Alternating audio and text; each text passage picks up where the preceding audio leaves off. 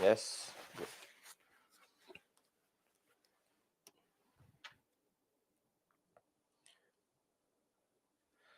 Okay.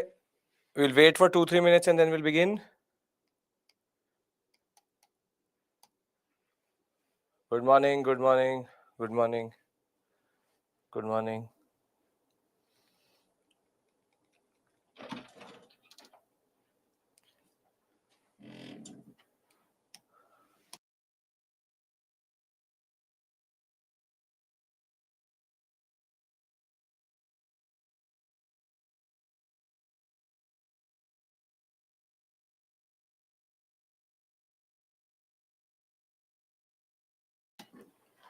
Okay.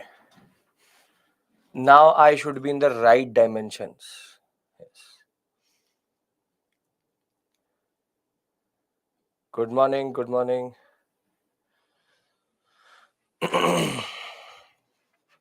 So today's class is going to have another set of multiple topics in that regard. Agenda is that first we'll start with what is called August Declaration, and which is called Montague's Declaration. Though there is a difference of at least 6 to 7 months between the August Declaration and generally the Government of India Act 1919, as it is called, Montague claims for reforms. In between, we have the Rowlatt Satyagraha, and thereafter, we will go into non-cooperation movement, Chauri Chaura, and Swarajists, no changes. Swarajist, no changes. So we'll try to reach till 1923-24 period today.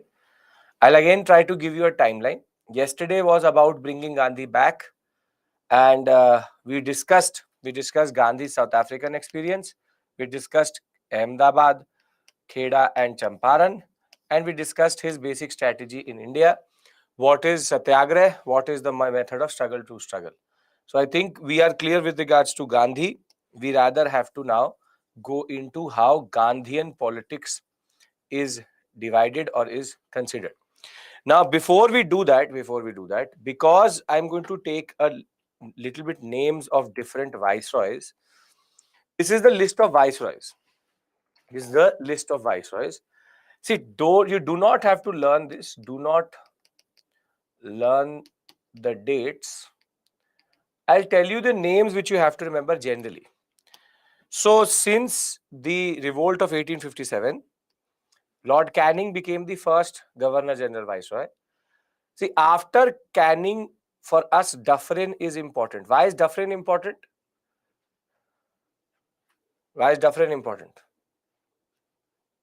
Very good. It is under him that Indian National Congress will be formed. And Lytton, I will discuss when I'll discuss press policy with you because of Vernacular Press Act itself. Thereafter, the next important personality for us is Curzon, because he's the one who shifts and basically leads to this first change in our politics from moderate politics to extremists. So Curzon becomes important. Thereafter, Minto is important for Morley-Minto reforms. If you remember, he's the father of separate electorates or communal electorates in India. And Harding was the one on which the bomb was thrown. Today, we are discussing a person called Lord Chelmsford. And reading will be not important for us. Next most important viceroy is going to be Irving. So today, when I'm going to use Chelmsford basically means the viceroy Chelmsford.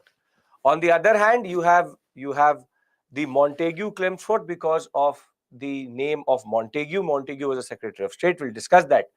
But out of this list, I will give you the list of Governor Generals in the end. I'll give you the list and what they did also in the end.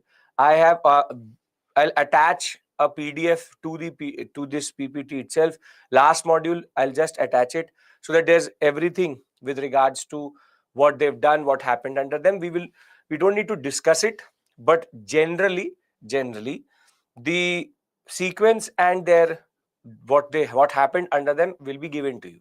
But as of right now, just remember this basic sequence, that there is Canning, then there is Dufferin, then there is Curzon, then there is Minto, then there is Harding, and then there is Chelmsford. This is the place where we are, Lord Chelmsford being the Viceroy. Lytton, I am not putting in right now into this list, because when I will discuss Vernacular Press Act, he can be put in wherever you want to put him. He's not as such important to the basic story for us. The ones which are very important after Chelmsford is going to be Irvine, Wavell, Irvine, Linlithgow, Wavell, Mountbatten. 4 more are there actually who are considered very, very important for you, because you will see their names in the examination generally. But Lytton and Ripon, generally the two opposite ends of rule in India, Lytton being very, very strict, Ripon being okayish. The basic point is, when I say Chelmsford, I hope now that word is going to make sense to you. Yes, because that is the basic discussion I'm trying to have here. Because where does Chelmsford come in? Don't have to learn his dates, but we have to discuss Chelmsford's period today in a way, and a part of reading in that regard. Okay. So this is the basic list of viceroys. As I said, viceroy list and what they did will be given to you later. That is of no purpose to you right now. Now, yesterday we brought back Gandhi. Now today we'll be discussing two very important timelines. But what I am going to do is that I am going to talk about the Montagu Declaration, August Declaration 1917, and thereafter we'll straight away go into the Montagu-Chelmsford reforms. Because though this happens in the end, I want to do the constitutional history first, because it is a little bit heavy that way, because Montagu-Chelmsford introduces a lot of interesting things in India. So we have to be very wary of the basic changes which have happened under Montagu. So I'm going to give you the timeline. What we traversed today. But generally, I'm telling you that I will be jumping straight to Montagu, and then I'll be back for Rowlatt Act in that regard. So there are two timelines we are going to actually operate in today. Everybody's ready, right? Everybody's comfortable, no issues. Vivek, I don't control my volume. You control your volume. I can't do anything about it. Okay, we can start, right? Yes? Okay. So 1914, 1915, 1917,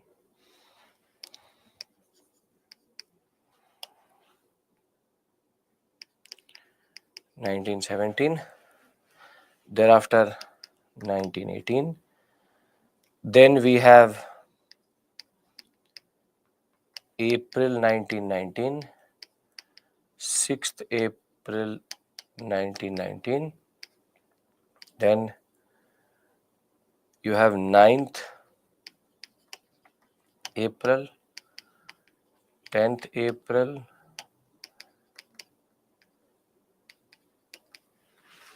then you go to 13th April,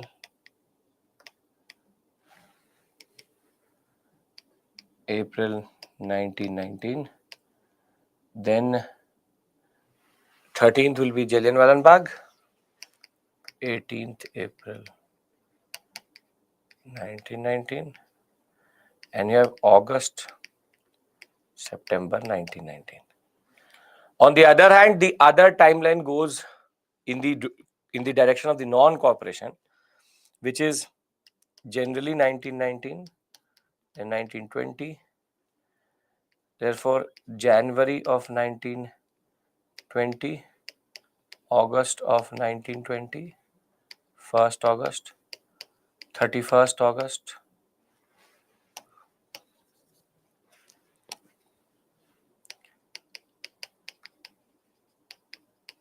31st August 1920, then September 1920, December 1920. Now, what is the difference between these two timelines is because this is called the Rowlatt Satyagraha.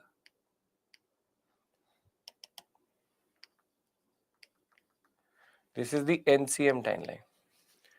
Now, what happened in 1914? 1914, First World War started. 1915 is the Defense of India Act, which was used to check revolutionary activities. Where have we discussed this act previously? In what context have we discussed it? Come on.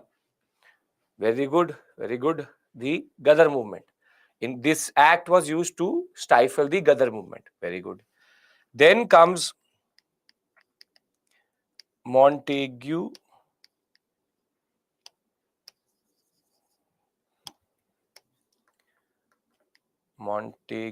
Declaration or August Declaration.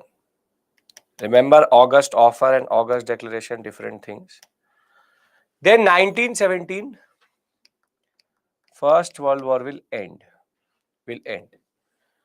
Now, April 1919, the Rowlatt Act will be passed.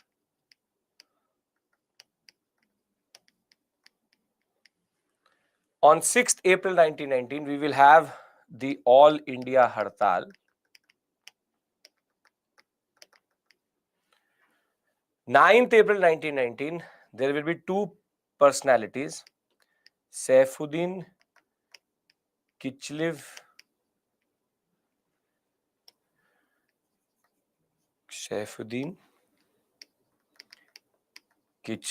and Dr. Satyapal, who will get arrested. Then 10th April is called Amritsar violence. 13th April 1919, the darkest moment, Jallianwala Bagh. 18th April, Rowlatt Satyagraha called off. And August, September is Government of India Act 1919. Is Government of India Act 1919. On the other hand, the other part of the story, 1919 is called the Treaty of Versailles or Versailles. Then comes the Treaty of Sevres, which is going to now impact the Ottomans, the concept of Khalifa. Then January of 1920, the Khilafat movement will start. And between January and August, there will be multiple attempts of how Khilafat can get appropriated within the INC. But Tilak did not want it. He did not want a religious issue to get attached to the INC. Thereafter, 31st August 1920, Tilak will die. And in September, we will have a special session which is called the Calcutta session. And this is called the Nagpur session. This is special, in which NCM informally launched and NCM launched formally. And NCM means non-cooperation movement. So you have these two timelines which are working together. So you have First World War, Defense of India Act, then after that Montague Declaration, August Declaration. Then World War will end in 1918. Then in 1919, Treaty of Versailles, Treaty of Sevres related to the First World War. Then from January of 1920 to August of 1920, the question is going to be how can Khilafat get absorbed into non-cooperation, into the INC.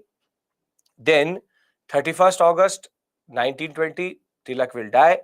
he was the main ardent, he was not allowing the INC to take this issue itself.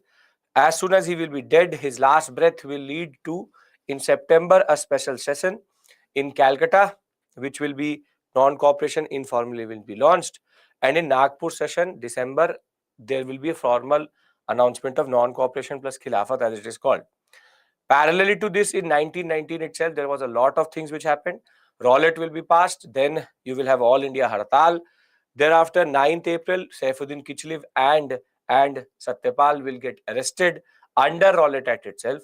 10th April, Punjab wrongs. Thereafter, you will have Jallianwala Bagh, 13th. Then Rowlatt Satyagrah will be called off in 18th April, and you will have Government of India Act 1990. Purna Swaraj is 1929, Lahore session. So 10 years away from that. So are we clear with regards to what we have to do today? So you can see there are multiple timelines which we have to cover generally today, and there are multiple general things. So what I want to do is, the odd one out topic in this is actually Government of India Act 1919. This one. It's the only constitutional question. So what I'm going to do with you is I'm going to discuss the Montague Declaration, and then I'll go to the Government of India Act 1919, Montague-Chelmsford reforms, and then I'll be back to the Indian national movement. Clear? How are we going to cover this whole area? Yes? Okay. Now, Edwin Montague written with an E also, doesn't matter. Sometimes written like this also, Montague statement. Now, what is significant about this statement and why is it so important? See, everybody's ready, right? Because now I start and I need your concentration.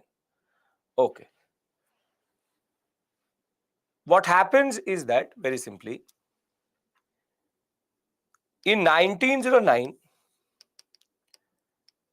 when Morley was asked that what is the purpose of the British in India, his answer was very simple. Aryan, you can write any spelling. Montague, both are correct. That is not an issue. It's about which spelling, American or English, UK, which you follow. It's that is what it matters. Montague is one, Chelmsford is the other. Okay. So when Morley was asked in 1909 that what is the purpose of British in India, he gave a very simple example, and a very simple concept, that we are here to rule India. We are here to rule India, and if somebody is asking for Swaraj, which is self-rule, Swaraj equals to sedition.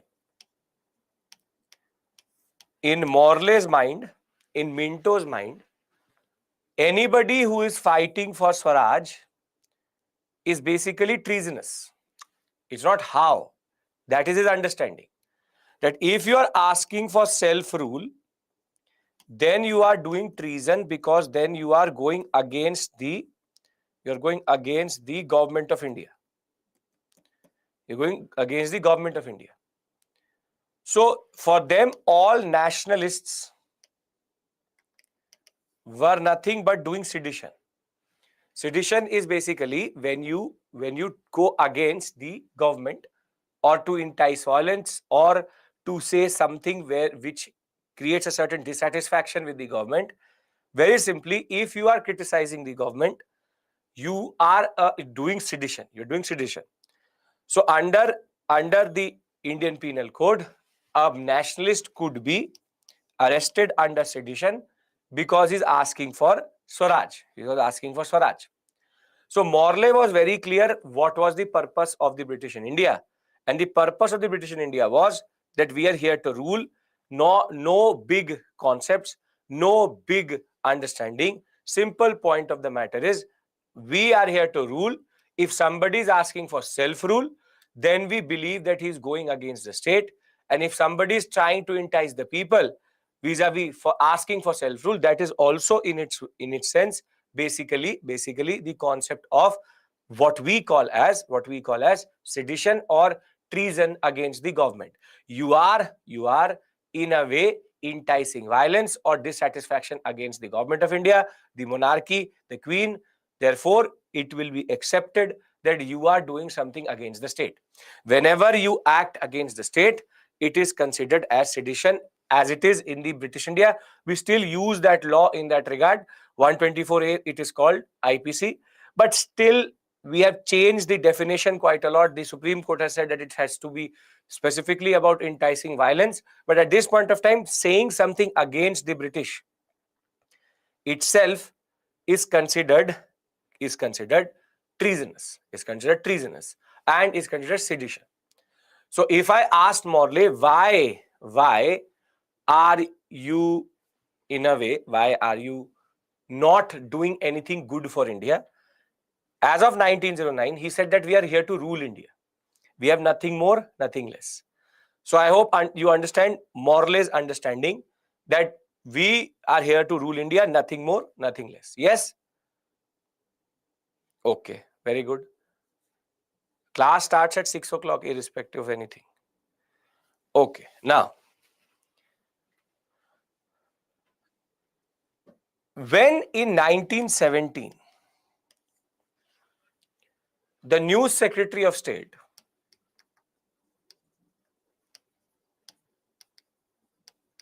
named Edwin Montagu,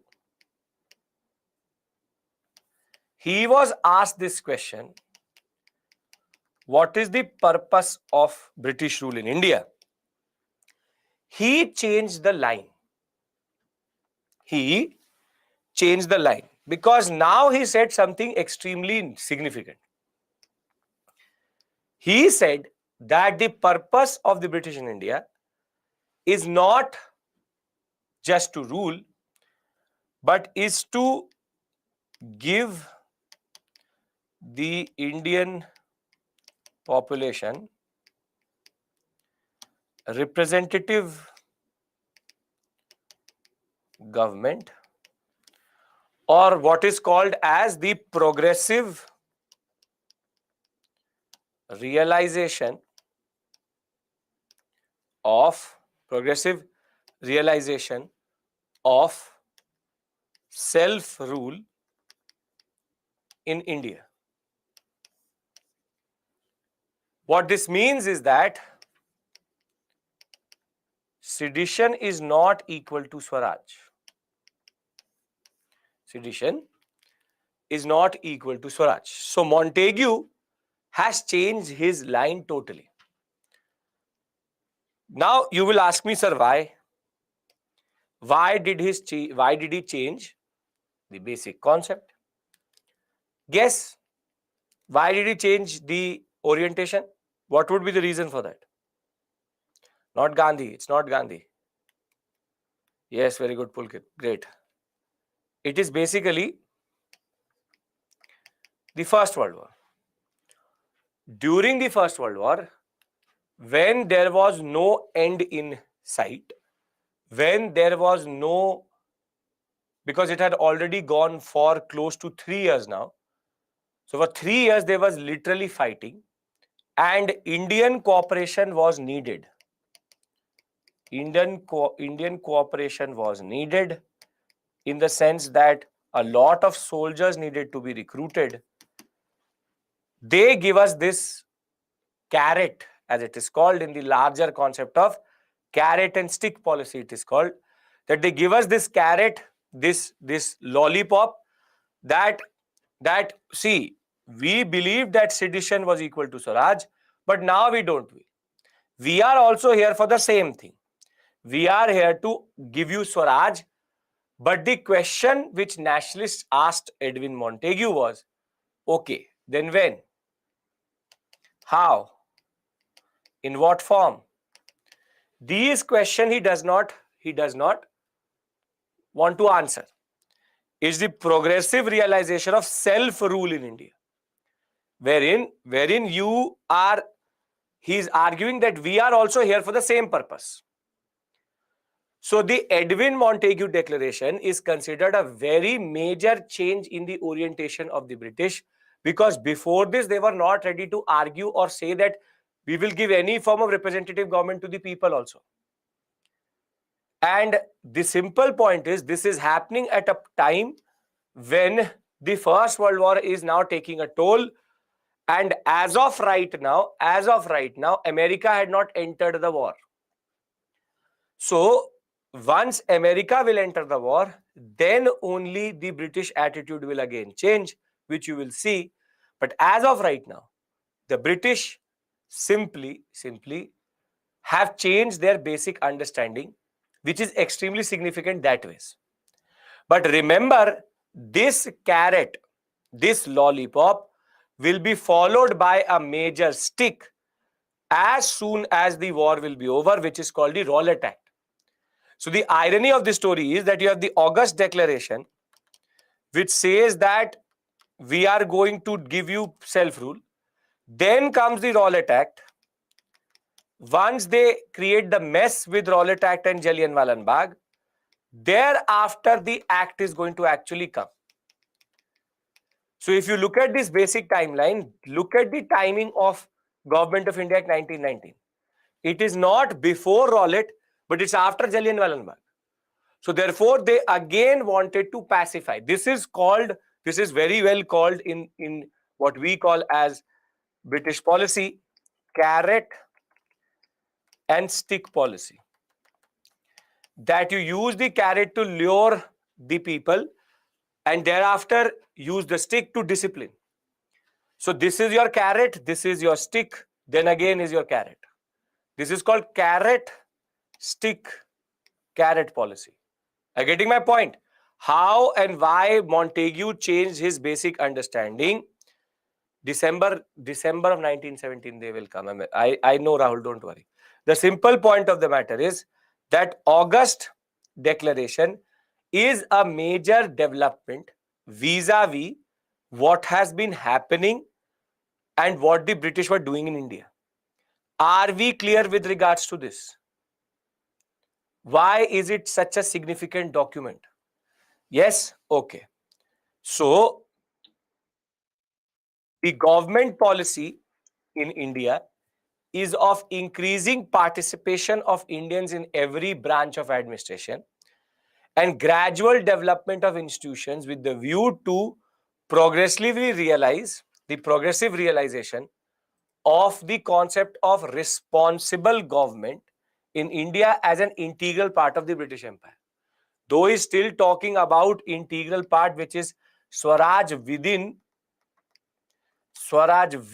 the empire, but still for the first time he's saying participation of Indians, gradual development of institutions. So from now onwards, the demand for nationalists for self-government or home rule would not be termed as sedition, since attainment of self-government for Indians now has become a government policy. Unlike Morley, who had very straightforward said, it's not about self-government to the Indians. So very simply, the concept is that Morley says that Swaraj equals to sedition.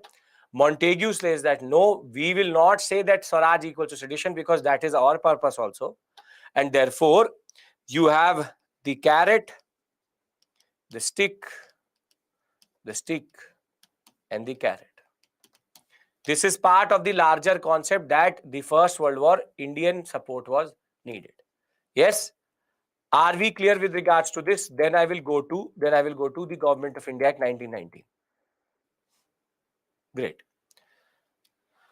Now the objection which the Indians had against Montagu was what will be the nature, timing of the advance of responsible government, and more than that, something which is good for the British could be bad for Indians. It was just the British government needed India's support in both resources and manpower in the First World War, and that is why they are promising a lot of things to the Indians at this point of time. Simple point is that this is the part of larger state policy which is called carrot stick. We've already seen divide and rule. This is called carrot stick policy, wherein you will try to give them a certain type of lollipop, which will in turn lead to the concept of a stick which is going to follow very, very soon. No, so Jyoti, don't worry. After this point, it will make sense. I understand if it's your first class, I get your point. We've already reached till 1919. So don't worry. The SME, can you just please guide Jyoti what she needs to do? Okay. So very simply, carrot, stick, carrot, Montague Declaration, simple point, is a major breakthrough. Can I go to Government of India Act 1919? Because that is extremely significant, very, very important for your understanding. Because a lot of things we've picked up from it in our own constitution today. Everybody's ready, comfortable, because today morning somehow a little bit of, I can see, you have to be more proactive. Come on, first hour itself. You have to do a lot of things. Okay. Now, tell me one thing. There are 2-3 things which I will discuss with you and then I'll talk about this. Union list, state list, concurrent list. You understand the concept of this? That in India there is union list, state list, concurrent list. Yes. Schedule 7, very good. What is the exact technical definition of this division? How do you call it? It's Schedule 7, sure. But what is the technical definition? What do you call this in proper political terms? Separation of powers, division of power, spatial distribution, federalism, decentralization. See, you are talking about separation of power. But if I use the term legislative jurisdictional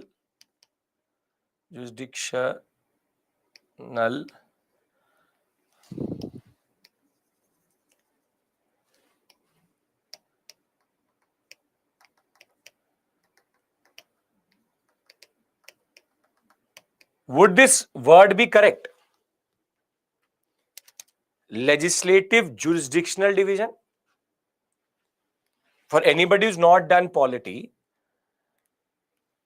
in India, there are certain places where laws can be made, right?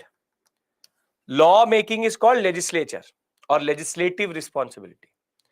If I say that union list, state list and concurrent list is legislative jurisdictional division, it means that the union has its own jurisdiction of law, that they can only do law. For example, they can defense, finance, home affairs.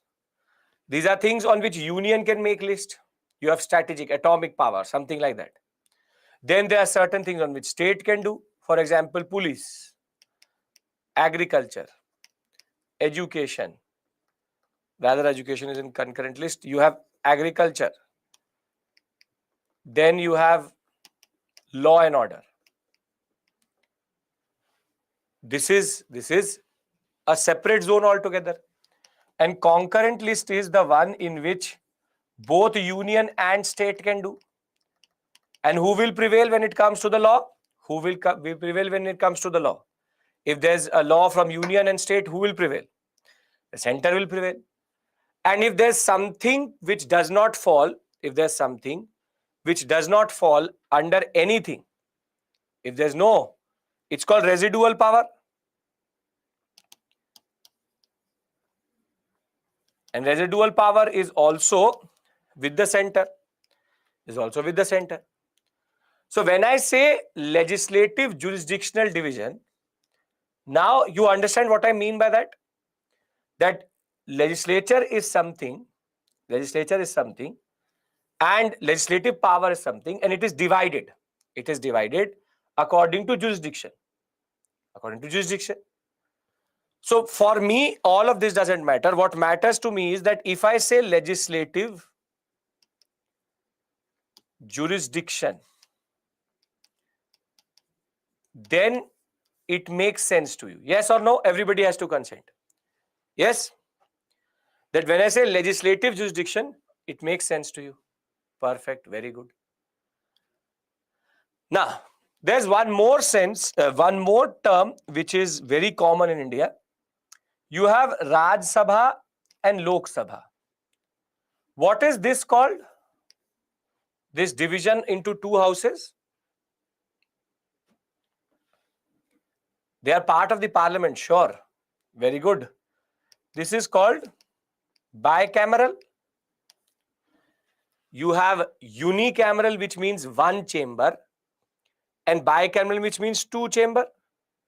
So this is called bicameralism, which is that there are two houses, the upper house and the lower house, the Raj Sabha and the Lok Sabha. And for example, if we go to a state and if it has only a legislative assembly, we call it unicameral. We call it unicameral. So there is one word, one chamber is unicameral. Bicameral means two chambers. So there are two words which I have discussed with you here: legislative jurisdiction and bicameralism. So if I'm going to use this word with you, bicameral, unicameral, or this legislative jurisdiction, everybody is going to follow me. If you are not knowing these terms, you tell me. Don't have to sit there saying that I don't know it, or don't have to, I will explain it to you. You need to first consent that you understand these two terms. For anybody who's not done polity, you tell me, I'll explain it to you. What do I mean by cameral? Cameral means house, bi means two. So uni means one, two. Legislative jurisdiction is nothing but how there is a division of jurisdiction when it comes to law making in India, wherein there are certain areas on which the state, the union can make laws, or the center can make laws. On certain, the state can make laws. On certain, in both can do that. So are these two terms clear? Everybody, come on. LA means legislative assembly, right?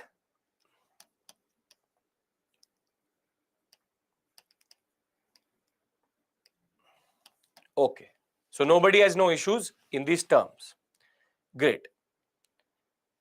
Why not executive in legislative jurisdiction? Vivek, look at the words itself. Executives execute the law, not make the laws. So how can legislative have executives within it? That's a separate issue altogether. Okay. This class starts at 6. Okay. Now, right. Now, as of 1918, how does the government of India look? Or what is the structure through which India is being governed? Now I'm going into Montagu-Chelmsford reforms. So please pay attention. Call Montagu-Chelmsford because Montagu is the Secretary of State, Chelmsford is the Viceroy, therefore Montagu-Chelmsford reforms. And Morley Minto was Morley Secretary of State, Minto was the what we call as Viceroy. Now, you have Secretary of State plus 15 members together called the India House. Thereafter, they operate in India via the Governor General and Viceroy. He has his two councils, Executive Council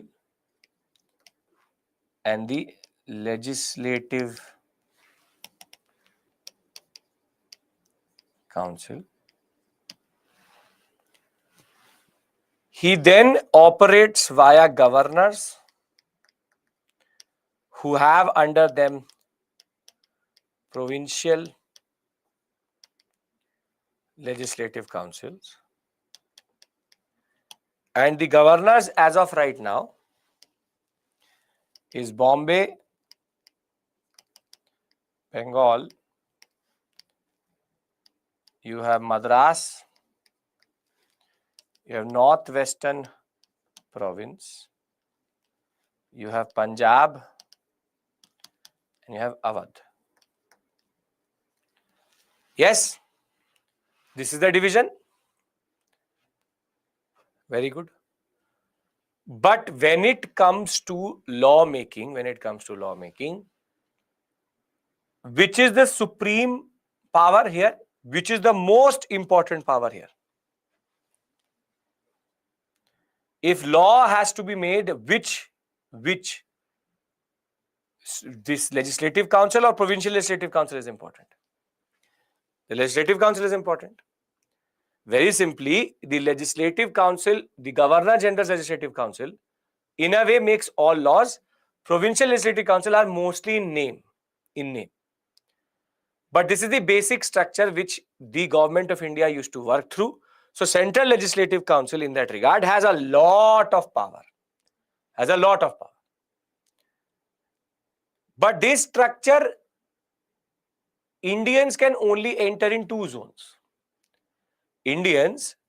One Indian is already there in the Executive Council, and Legislative Council and Provincial Legislative Council, Indians can enter.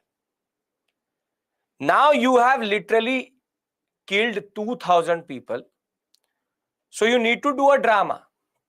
After Jallianwala Bagh, you need to do a drama, and that is why Government of India Act 1919 was one of the most complicated acts when it came to how it actually divided the structures and how it added a lot of bodies into the Government of India.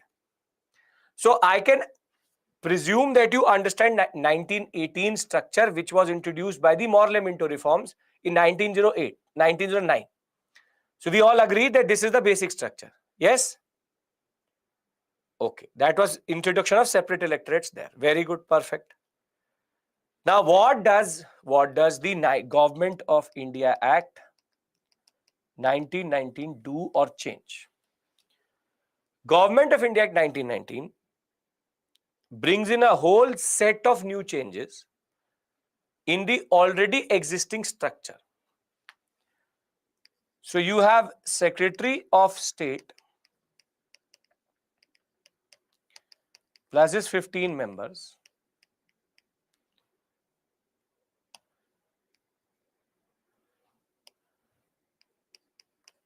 Plus his 15 members.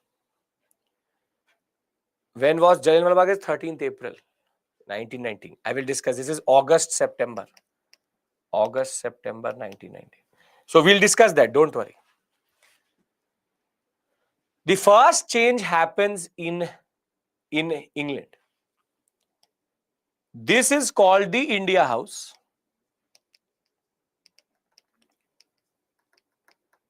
And the India House has a lot of sweeping powers. It has the power with regards to the affairs in India, revenue, administration, foreign policy, lot of things. This is in London. Now what the Parliament does is, it creates a new body in London which is called the High Commission of India, headed by a person called the High Commissioner.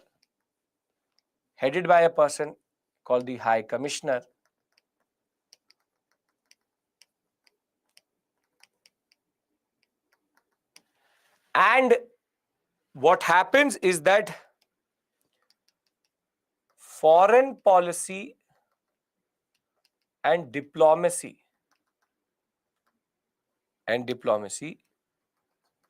is something which is separated and given to this body. So Secretary of State still has all the functions, but foreign policy is taken away from the Secretary of State and given to the High Commission or High Commissioner.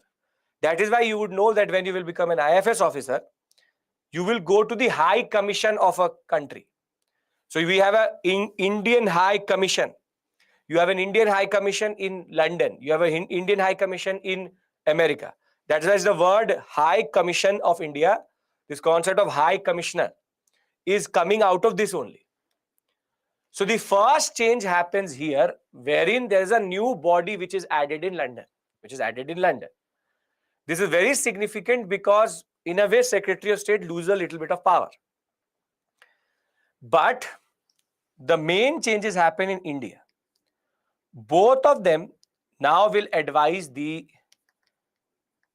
Governor General and Viceroy. This remains the same. This remains the same. Yeah, he will simultaneously be in charge of the foreign policy. He's not under it, he's parallel to it.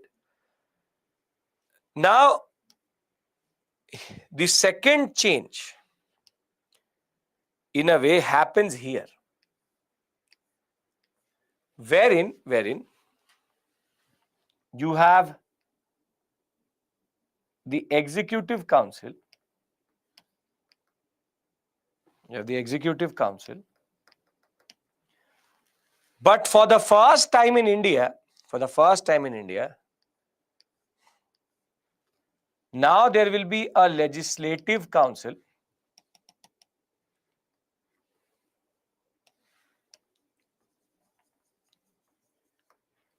Now there will be a Legislative Council and Council of States. 145 seats here, 60 seats here. What do we call this concept when there are two houses of legislature? Very good. So the second change is bicameralism at center. Bicameralism at the center, wherein the Legislative Council and the Council of States, the power has now got divided. The concept of Lok Sabha and Raj Sabha as in a way has emerged. Legislative Council being the Lok Sabha, Council of States being the Raj Sabha. So very simply, it will now create a new body which will be called the Council of States to increase the representation of Indians to be nominated by the people. Previously, it was a unicameral house. It was unicameral. Now it becomes bicameral. So the second major change happens at the imperial level, wherein the Legislative Council will now be sharing power with the Council of States. As standard, what happens? A law will be introduced in Legislative Council, will go to Council of State, then the Viceroy's signature is important to make it into a law. So are the first two changes clear? Because now there will be a change at the governor's level also. No issues? Very good. Now the next change will happen at the provincial level, wherein the governors will get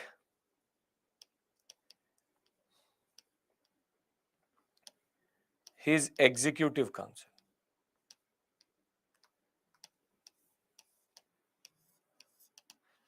So the third change is that Executive Council is now added to the governor. So you look at these two slides and you will understand the difference. From this, which is Secretary of State, Governor General, Executive Council, Legislative Council, Governor, Provincial Legislative Council. Now, there are two houses at the London level. The Viceroy has three bodies under him now: Executive Council, Legislative Council, Council of State.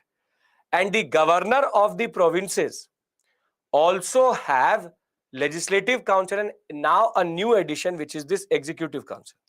I will tell you what is the purpose of it, because hierarchy cannot be introduced without Executive Council being there. But three major changes: new body, High Commission for Foreign Policy Diplomacy; second body, Legislative Council and Council of State for bicameralism at center; and third is going to be the governor and his Executive Council vis-a-vis a new addition in the structure of Government of India. It is not complex. There's nothing here. You already know all of these bodies previously. Simple point of the matter is there's a new change here, there's a new change here, and there's a new change here. If you understand this structure, then there should be no issue with regards to this, wherein we are just adding high. There is nobody associated with High Commission Indian. Don't look for things which don't exist. High Commission of India is all European. Please first concentrate what I'm telling you, because this is half of the story. This is not even the complex part. The simple point is, this is called the structural changes. These are the structural changes which are happening, which is basically the concept of bicameralism, High Commission of India, and Executive Council at the provincial level. This is your provincial level. This is called provincial level. And this is called the center or imperial level. Are we clear with regards to this? I will tell you what is the function. First, understand the structure. Are we clear? Secretary of State, High Commission of India, Governor General, Legislative Council, Council of States, Executive Council, now at the governor level. I want everybody's consent. Then only I complicated by going to the next major change which happened through this act. I will tell you what is the basic purpose of Executive Council. Very simply, 3 major structural changes. First, High Commission of India, bicameralism at center, Executive Council. Can I go to the next set? Next set of changes, come on. Okay. Now, the second major change is that for the first time, legislative division of power, or what we call as legislative jurisdiction,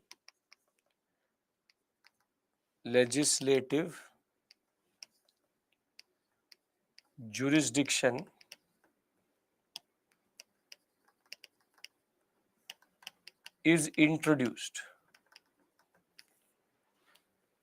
wherein before 1919 there is no Executive Council. Don't trust your eyes. Have I written Executive Council with the governor? No, right? So very simply, we are not making this up. It's not here. This is the change. Provincial level here, first change. Here, second change. And at the London level, third change. So it's not difficult. It's only after the Government of India Act 1919 that these changes are introduced. Okay. Now, what do I mean by legislative division of power or legislative jurisdiction is introduced? For the first time, lawmaking in India was divided into imperial and provincial.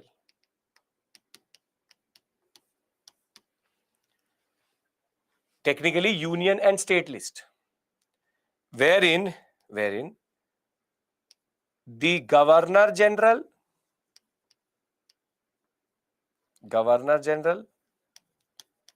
Viceroy and Viceroy, plus Legislative Council, plus Council of States, they can only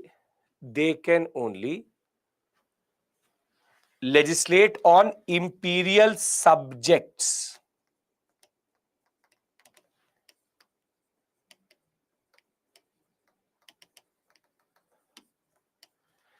And no, this is like the parliament, center. That the center, the president plus the legislative, the Lok Sabha and Raj Sabha, the Viceroy should be seen as the president here.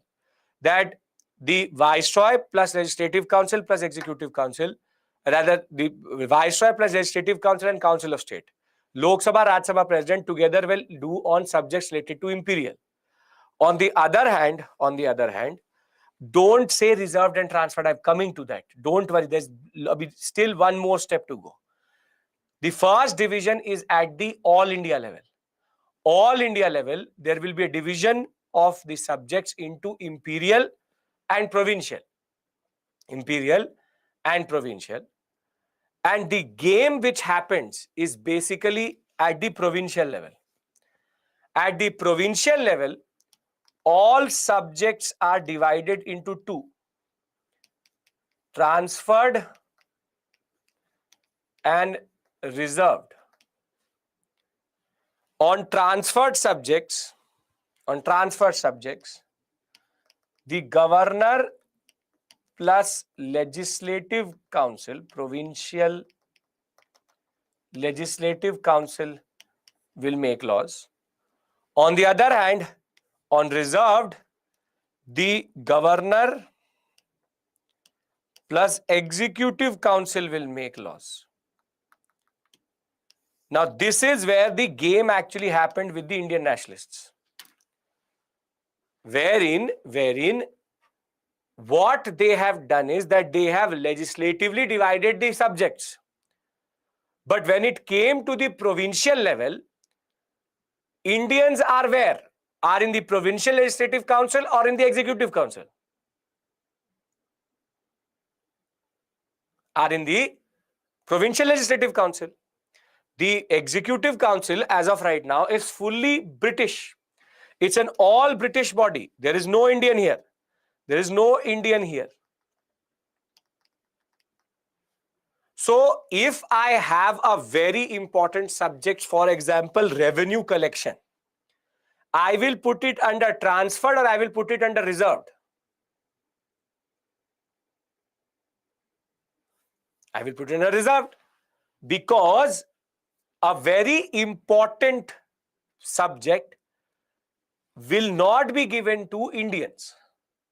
So you are getting division of power. They are transferring power also. But all useless subjects are transferred to the transferred subject list itself. Now, what I'm going to do is I'm going to give you an example and I'll come back to this slide again. And then we'll see if you understand or not understand. Can I give you that example? I'll give you a very comprehensive example. And then we can come back to this slide again. Yes? So if anybody's understood, if you've understood it, very good. If you've not understood, this will reinforce it. And let's see what this means actually. Now let's, for example, take the following subjects. When I mean subjects, these are subjects on which laws can be made. Now here you have, for example, home affairs, defense, finance, you have foreign policy, agriculture, revenue of states, health, education, then irrigation. Let's, for example, take law and order and police. Now, how does the Government of India Act 1919 work? The Government of India Act 1919 is going to first do something which is called, it will take home, defense, finance, foreign affairs and designate it as imperial subjects. And on the other hand, it will designate agriculture, revenue, legislature, and law and order and police as provincial subjects. This much makes sense? Does this much make sense? That first is called major division. Major division. So who can then make laws on imperial subjects? The governor, the viceroy, plus his legislative council, plus his council of state will make all the laws related to imperial subjects. You're following till this point? Yes or no? Yes? Now, at the provincial level, what they do is they introduce what is called diarchy. This is called diarchy. Under diarchy, what happens is that, and this is the game, real game, revenue, law and order, and police together will be designated as reserved subjects, and agriculture, health, education, irrigation,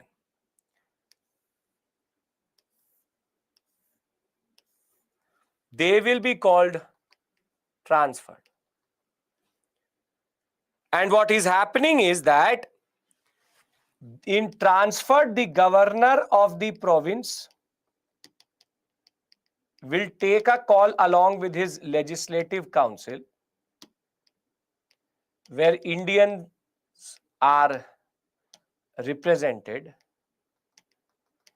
On the other hand, here it is going to be governor plus his executive council when there are no Indians. Now, are you understanding the game which has happened with the nationalists? This is literal, what we call as a major eyewash, because they have given all useless subjects to the transferred subjects, or they've given all useless subjects to the legislative council. Now, when I say this, that there is a division of power based on imperial and subject, and this is what is called as diarchy. Now, when I say what is diarchy, are you understanding what diarchy actually means? Diarchy means the concept of transferred and reserved subjects, and how it is all a drama.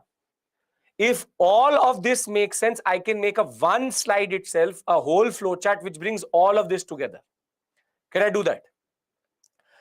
Yes, at imperial level, there is representation of Indians, but it's more about what they're doing at the provincial level. At the provincial level, they actually are going against the concept of separation of power also, because they are giving an executive councillor the power to legislate. That is the irony here. In order to undercut the whole process itself, they are giving executive councillors legislative powers also. Simple point is, never trust a Britisher. Yes, diarchy only existed at the provincial level. There is no diarchy here. No diarchy here. No diarchy at all. It is very simply, diarchy is the concept of dual division of legislative subjects into reserved and transferred. For namesake, they have given all the subjects which don't matter to the Indians. Can I bring both these things together, which is the structural changes and the legislative changes? And then we can end this topic. Yes? Okay. So what is the Government of India Act 1919, which actually what it did? What it did was, it had Secretary of State plus 15 members. Then you have the concept of High Commissioner of India.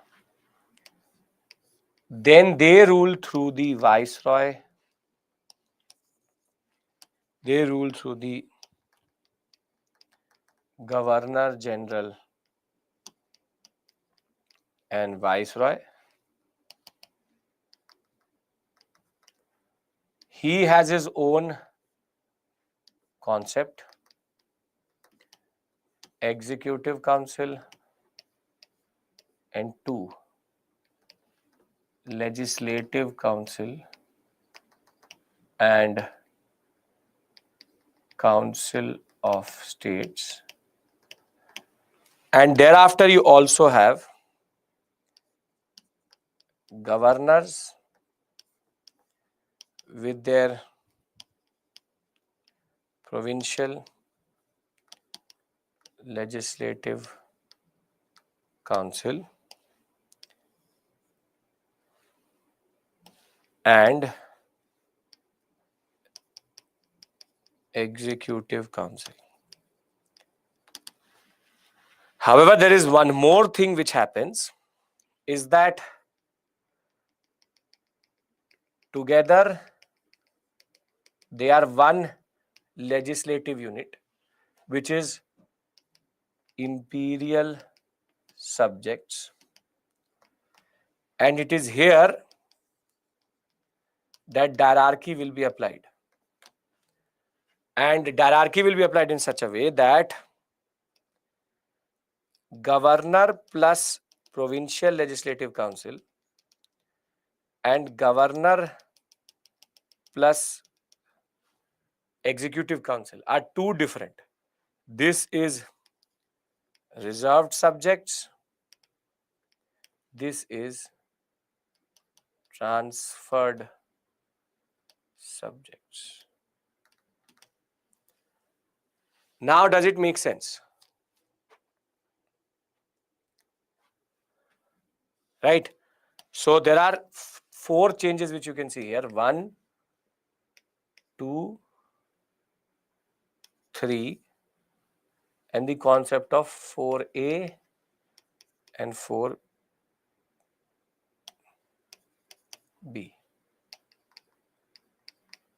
or the concept of diarchy.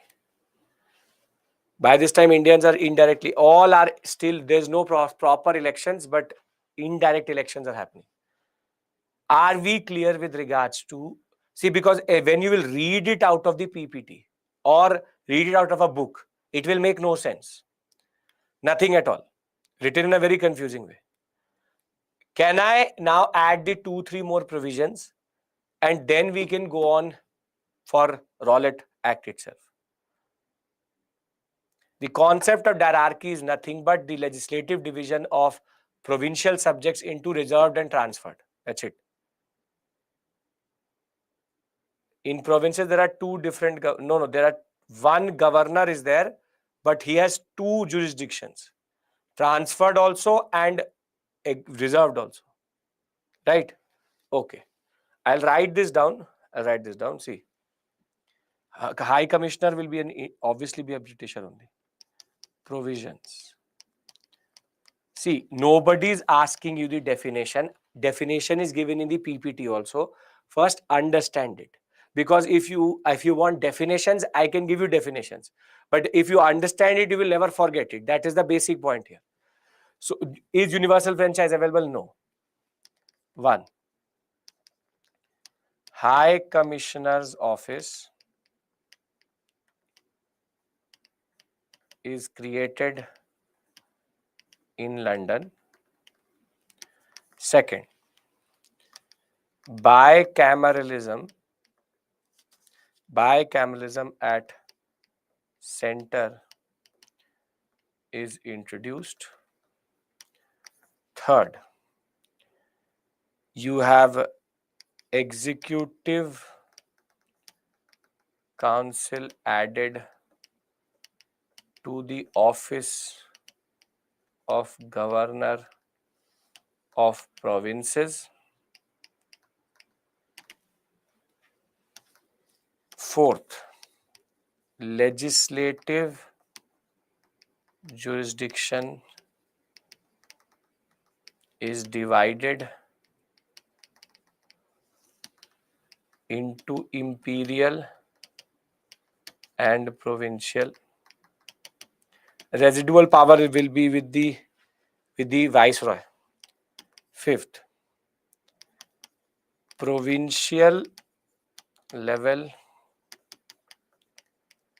diarchy is introduced.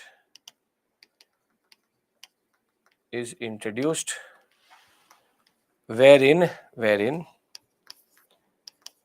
provincial subjects divided into reserved and transferred. Seventh, thereafter, did I say that the High Commissioner is replacing the Secretary of State? Did I say that, Mandeep?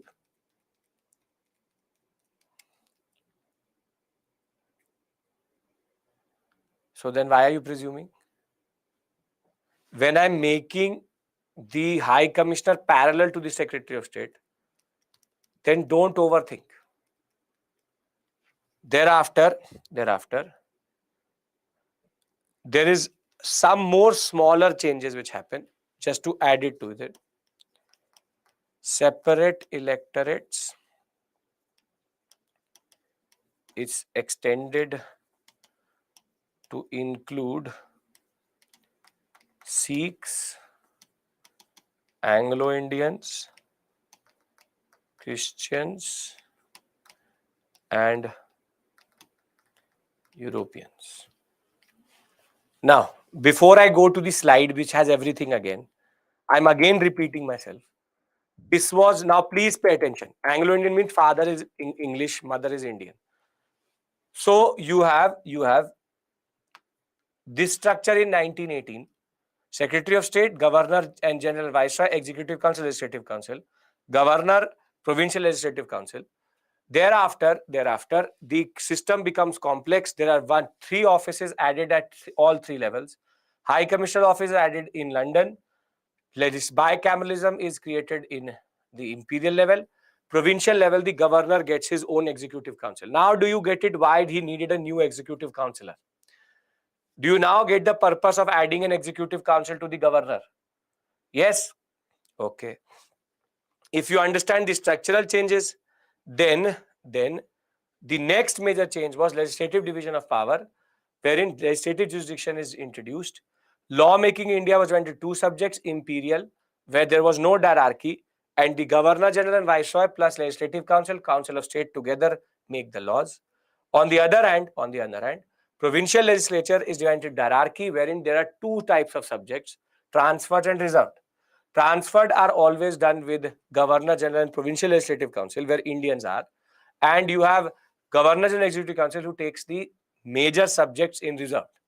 So the concept was to technically give legislative powers to Indians, however, at the same point of time, give them the useless provisions. So this is the basic structure which is created, and we can summarize it into the 7 points. If this makes sense, I want to do it from the PPT and then I want to move to the national movement. Constitutional history, we have reached one of the second, this is the second last one. After this, there's only Government of India Act 1935. So let me read it out to you. You have Montagu-Chelmsford reforms, which is Government of India Act 1919. The 1909 people were not satisfied, obviously. Now self-government was something which they wanted to offer. More than that, it was a carrot which they had to give after a major incident in the form of Jallianwala Bagh. Increased participation is something which they wanted generally. Home ruling movement was also creating pressure. Gandhi was also there in India. And the Sikh community, looking at the Muslim community, now started to say, we also want separate electorates. So therefore, based on all of these pressures, first provision is demarcating and separating central and provincial subjects, in which central and provincial legislators were authorized to make laws on their respective list of subjects. However, the structure of government continued to be more or less centralized or unitary. Basically, it's still centralized only. All power still resides in the Viceroy. All of this is a drama. Further, bicameralism will be introduced at the center. The Indian legislature will be divided into two houses, upper house, Council of State, lower house, Legislative Assembly. Majority of the members will be now elected via direct elections. So therefore, now the concept of direct elections is going to come through. So both the houses, be it the Legislative Council or the Council of States, the concept of election is coming through. There are 145 members in the Legislative Assembly, 60 members in the Council of State. One of you asked me, what was the principle of election? It was indirect, but now they are progressively introducing direct in that regard. Thereafter, separate electorates were given to Sikhs, Anglo-Indians, Indians, Indian Christians and Europeans. Further, legislators could ask questions, supplementary questions, pass adjournment motions, and vote on part of the budget. But 75% of the budget was still not votable. Only 25% they could actually do what is called vote on account. But what is the most important concept which this act introduced is called diarchy. Only provincial legislature introduced. There were two classes of administrators, the executive councillor and a minister. He is technically related to the legislative council and he is related to the executive council. And therefore, the concept of reserved and transferred. Under reserved and transferred, reserved subjects are on which the governor will do it with exclusively with the executive council without being responsible to the legislative council. Finance, law and order, land, revenue, irrigation, all these things were given to reserved subjects. Transfer subjects, on the other hand, you have administered by the governor along with his ministers responsible to the legislative council. Health, education, industry, local self-government comes into this. Governor has all veto powers and can issue ordinances. Same way, Viceroy has all veto powers and can issue ordinances. He can all previously do that generally. Thereafter, there are other smaller changes. Women were also given the right to vote with the concept of direct election coming through. Indian legislature was made more responsible and representative in that regard. It required that 3 out of the 6 members of Viceroy Executive Council should be Indian. So now the official, non-official, the parity is being brought in. A new office called the High Commissioner of India is added in London, and certain functions are transferred from the Secretary of State to him. And this is the basic gist of what we've done till this point. Further, the Central Public Service Commission will be created. UPSC precursor is created under the provision. By 1926, it will be now recruiting all the ICS officers. There will be separate budget, provincial budget and central budget. And as you see, they can now 25% discuss it also. And the most important provision is that in 1919, they said, after 10 years, we will see the working of this system and we will see if it is working well or not.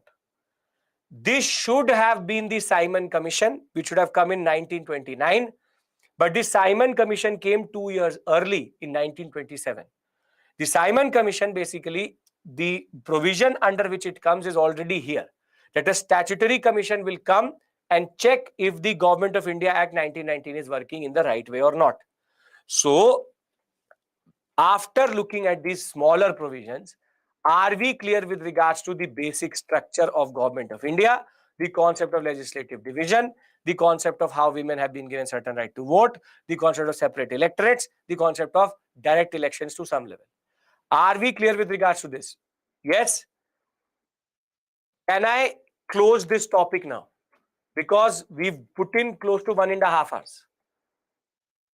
So if you look at it, we started in 1773, we did 1784, thereafter 1793, 1813, 1833, 1853. These were all the British ones. We've now done 1858, we've done 1861, 1892, done 1909, separate electorates, now 1919. Last is going to be 1935. 1935 is most probably next Monday. That is again extremely complex, but I'll again try to make it as easy as possible. Simple point of the matter is we have reached in our constitutional history to Montagu-Chelmsford reforms. If somebody says diarchy, it should not be a problem for you. If somebody says the concept of bicameralism, it should not be a problem for you. Generally, you understand the structure of Government of India as of 1919. Yes?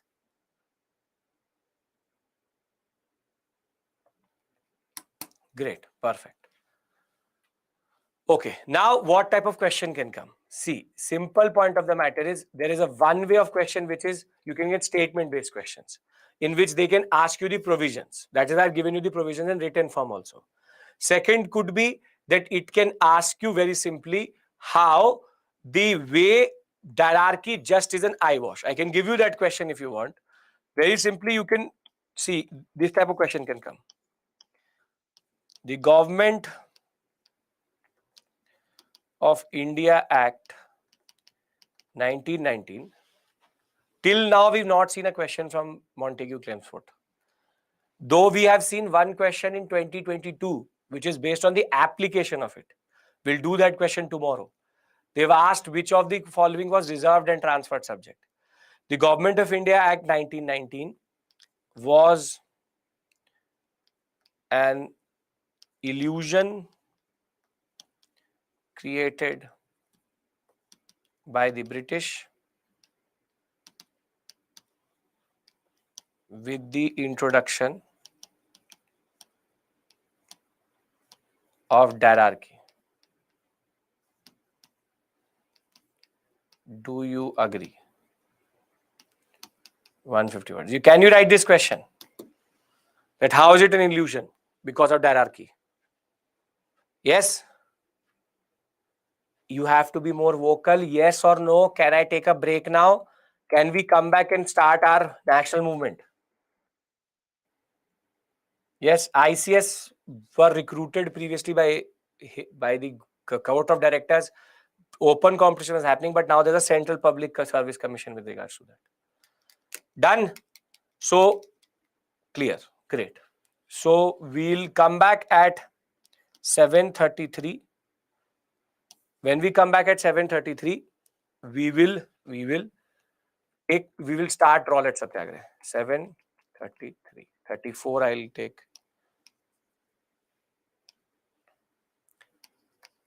7:35.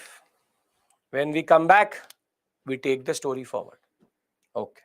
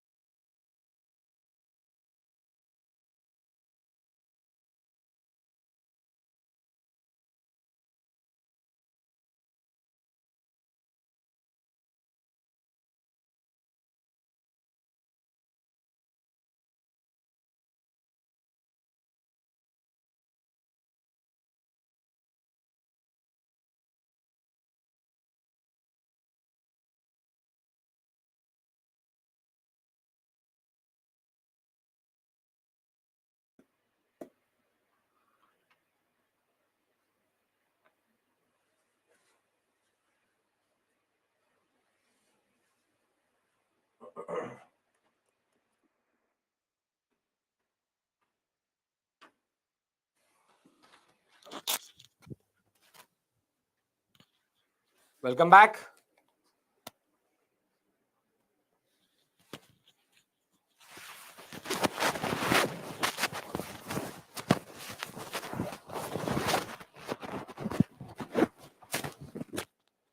In the conclusion, you just say that it was just a part of the larger 1919 period and how it was to pacify the Indians after Rowlatt. I'll discuss that with you. Introduction, conclusion, you will be able to write once you've done this section, which is Rowlatt Satyagraha. Because the introduction is Montagu's declaration and the conclusion is how it was to just to pacify Indians. We'll discuss that point, separate issue altogether. Shavni, refresh. Okay. Can we start Rowlatt? Are we clear with regards to all Government of India Acts till this point? Constitutional history is totally clear in your mind. Okay. As it is, we'll do previous year questions tomorrow. Every Friday we'll do these and you will automatically realize what type of questions are coming. But too much conceptual questions are not there. So don't have to worry with regards to that. Okay.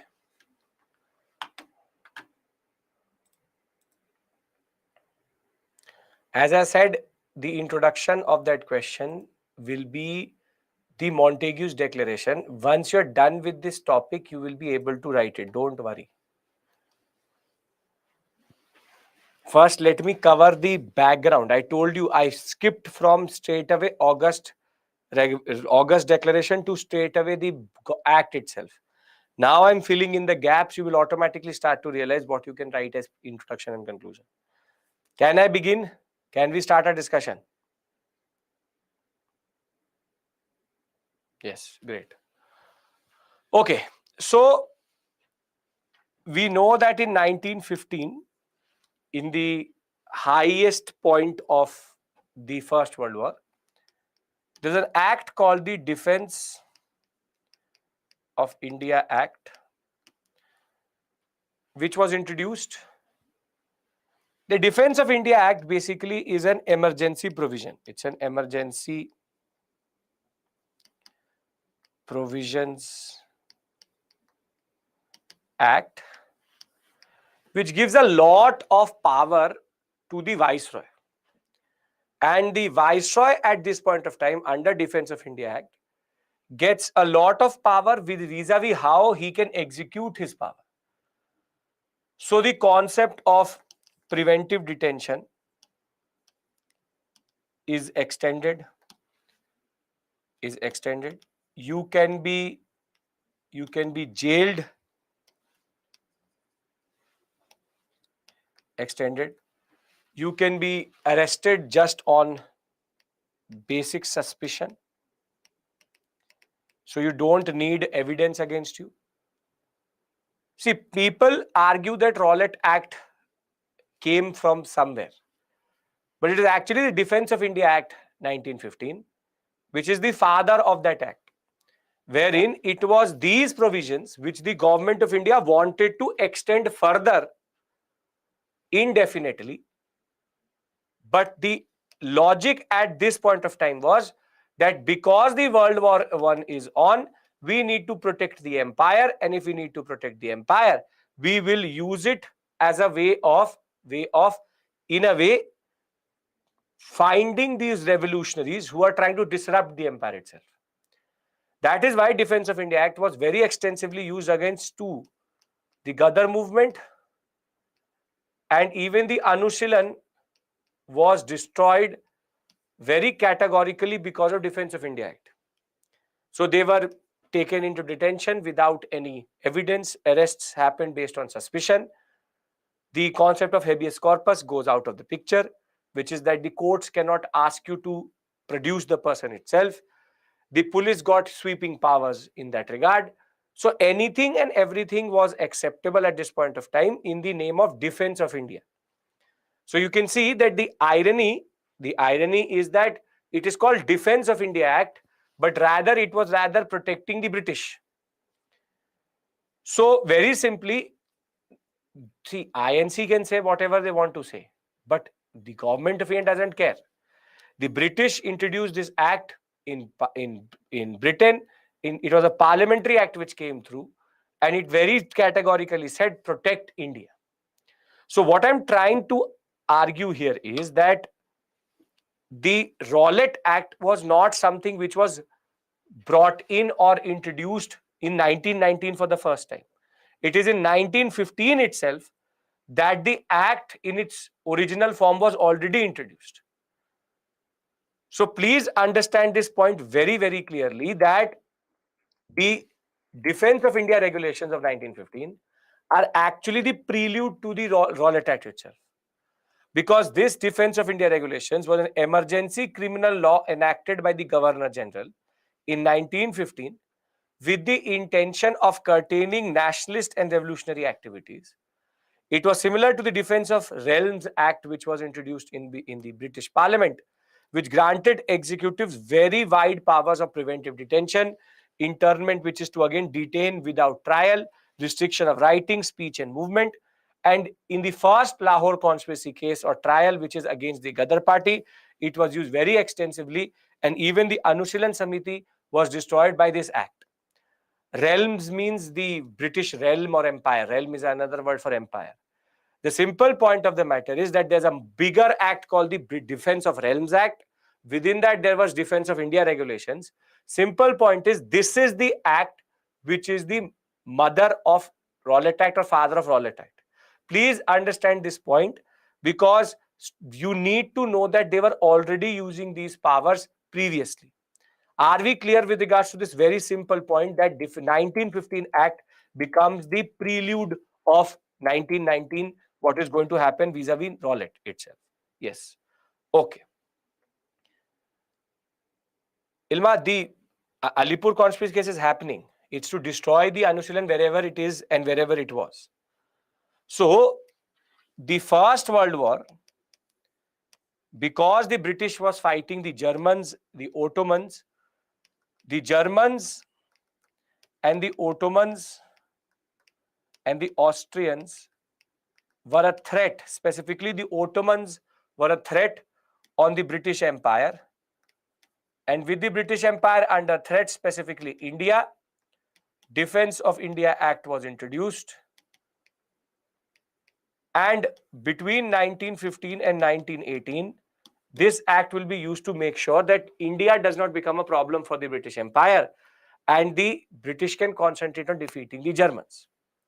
Now, in 1918, the British have won the war, and there's a question in front of the Britishers. What should we do with the Defense of India Act? What should we do with the Defense of India Act? And what they do is that they appoint a commission or committee, which is called Sedition Committee. And that committee is headed by a person called Sidney Rowlatt. He was the one who headed this committee. And the question in front of Rowlatt was that should we extend the 1915 Act or should we not? Do we need the Defense of India Act? Do we need the 1915 Act itself? So very simply, is it needed in 1918 was the question. And Sir Sidney Rowlatt came to the conclusion, yes, Defense of India Act should be and can be extended.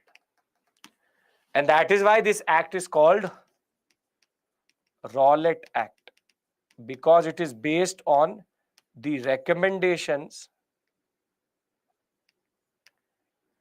of the Sedition Committee or the recommendation of Rowlatt. That is why it's called the Rowlatt Act. Are we clear with regards to the nomenclature? Why do we call it Rowlatt? Now clear? Very good.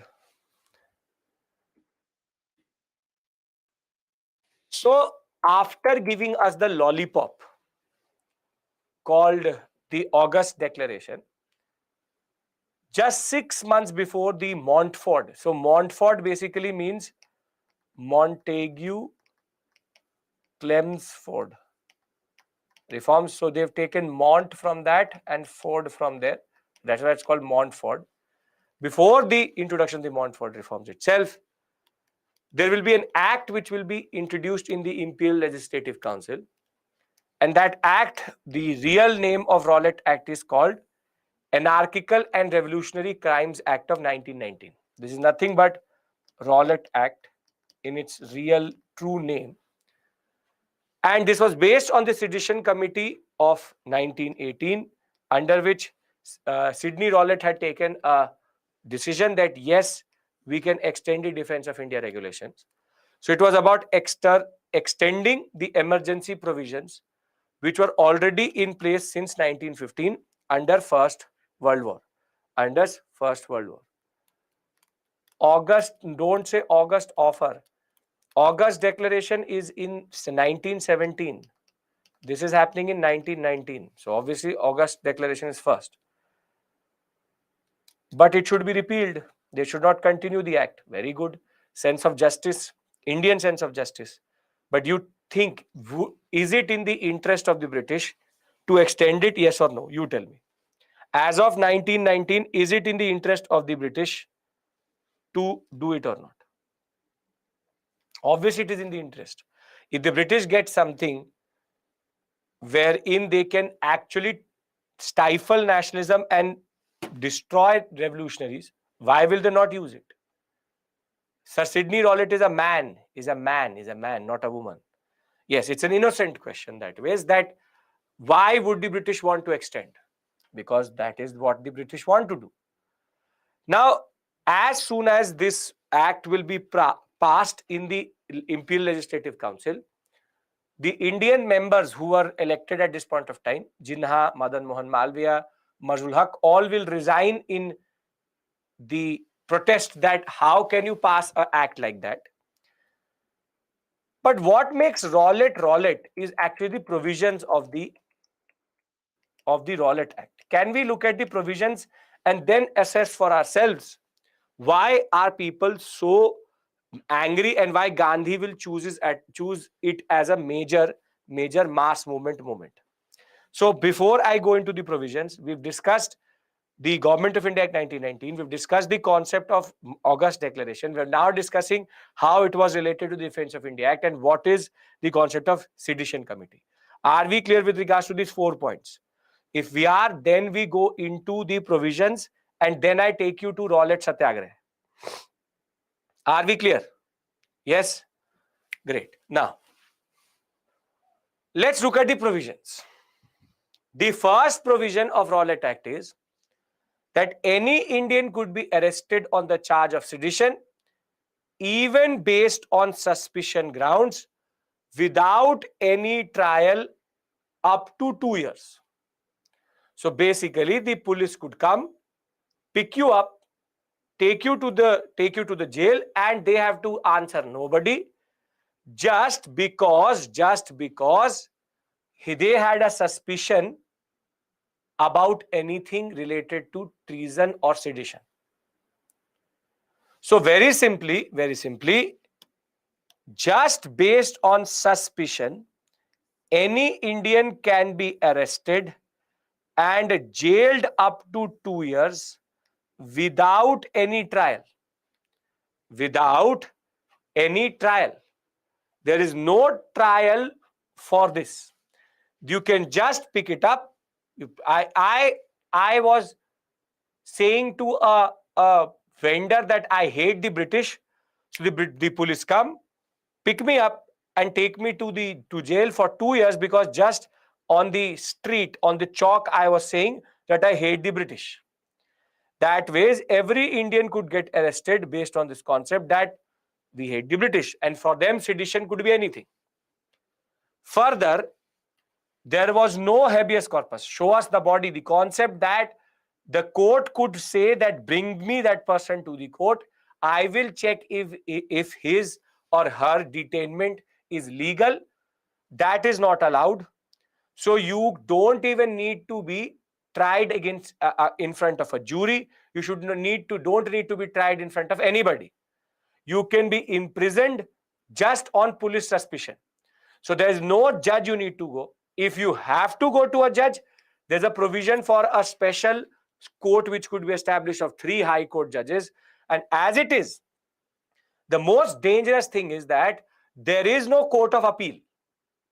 Once you are sentenced to what we call as arrest or trial or death, anything, by this special court, you cannot move to any other court.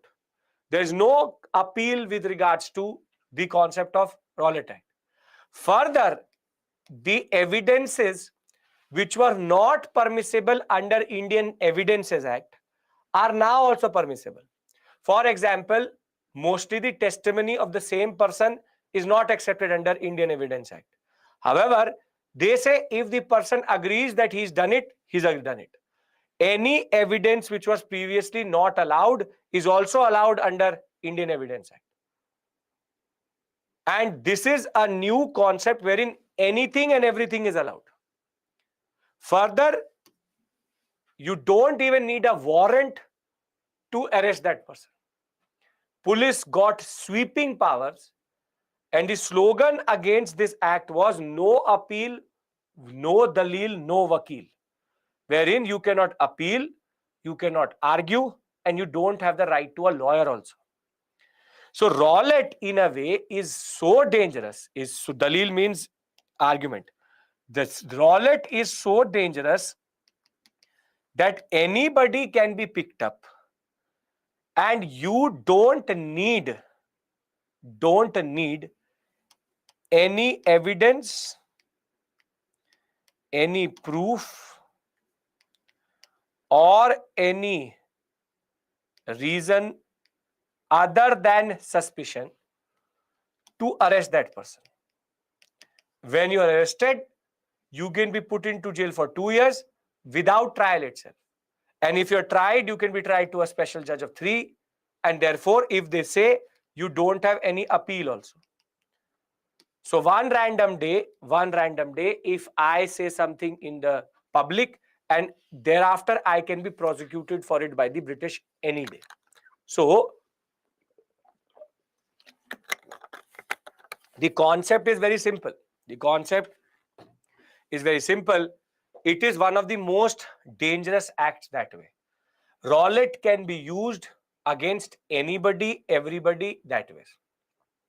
So are we clear that the British introduced this act very categorically to stifle Indian independence, Indian nationalism, and it's just the concept of being a hypocrite. The same British which argues rule of law, they have introduced an act which makes no sense itself, and this was justified maybe in the First World War period, not justified at this point of time. Are we clear? Why is Rowlatt considered problematic generally? Yes. So you have arrest without suspicion, 2 years without trial, no habeas corpus, no appeal. Suspicion is enough. Evidence is not permissible. Previously are permissible. Police has the power to do anything now. Are we clear? You don't have to learn the Realms Act. And that is the basic way of saying that there's the Realms Act, there was Defense of India Act, and then the subset of that is Rowlatt Act. Rowlatt Act is just nothing but extending the Defense of India Act indefinitely. Okay. Now Rowlatt Act has been passed.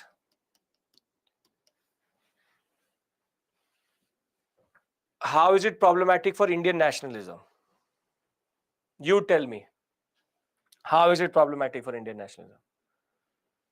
If you can be arrested without trial, without anything, on mere suspicion, it's going to encourage Indian nationalism. Yes.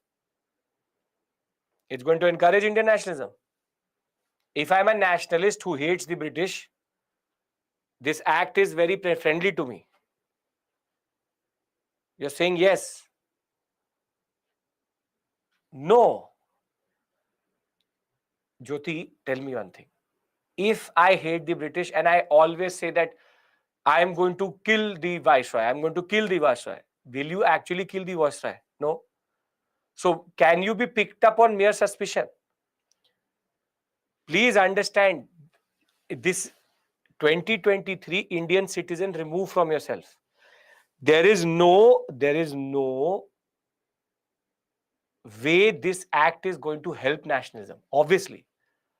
More than that, it is to stifle nationalism. So very simply, Rowlatt Act was introduced not just to destroy nationalism, but was to generally, in a sense, suffocate nationalism.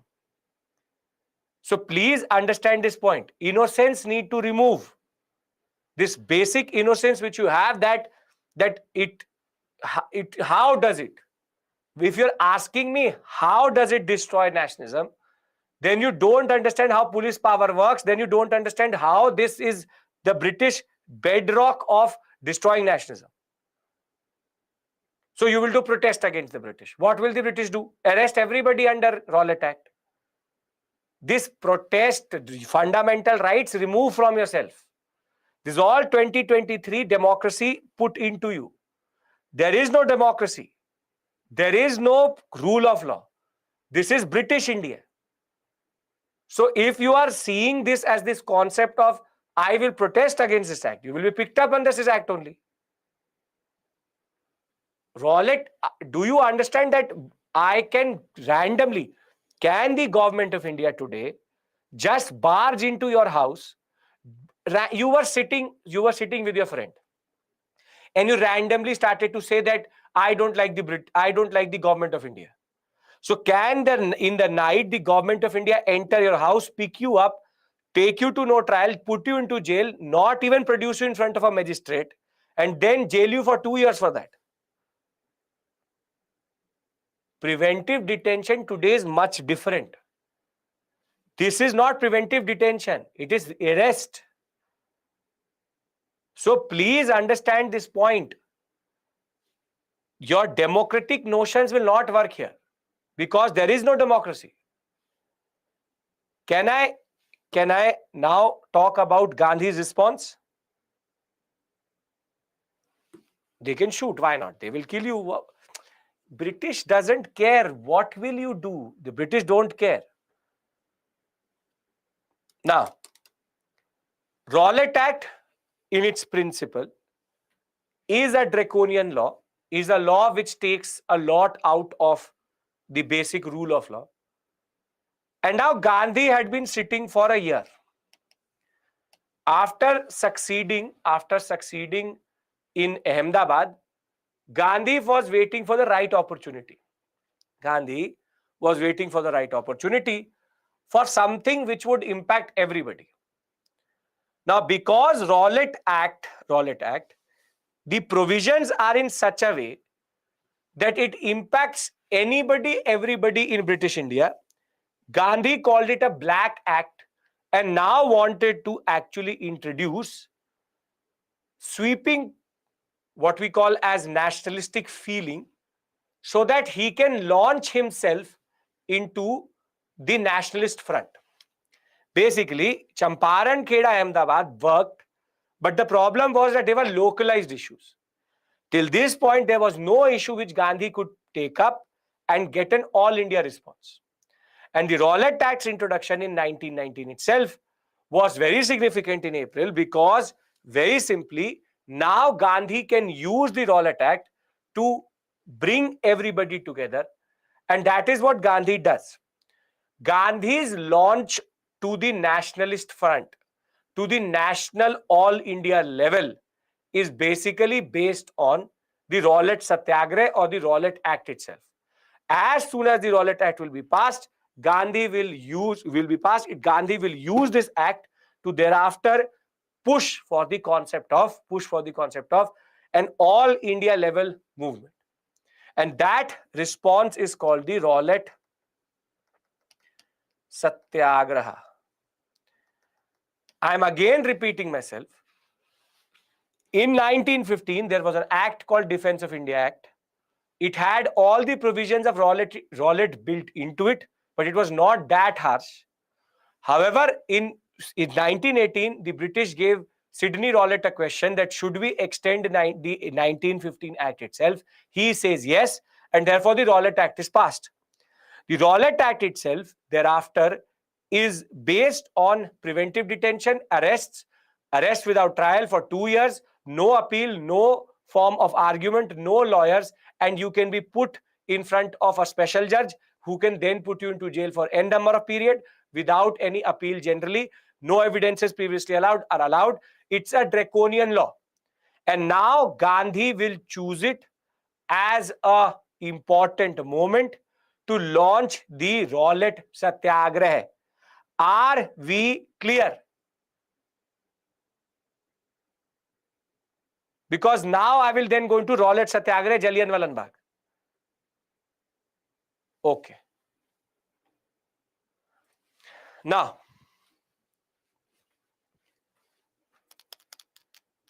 Gandhi had a lot of plans. He will say that the Rowlatt Act is a black act. He argued that the way the government of India is acting is not correct. More than that, there was a very important point which Gandhi made, which showed his problematic relationship with extremists. He said that because certain people are doing certain things, not everybody should be punished. So he was technically arguing about the Ghadar movement and the revolutionaries.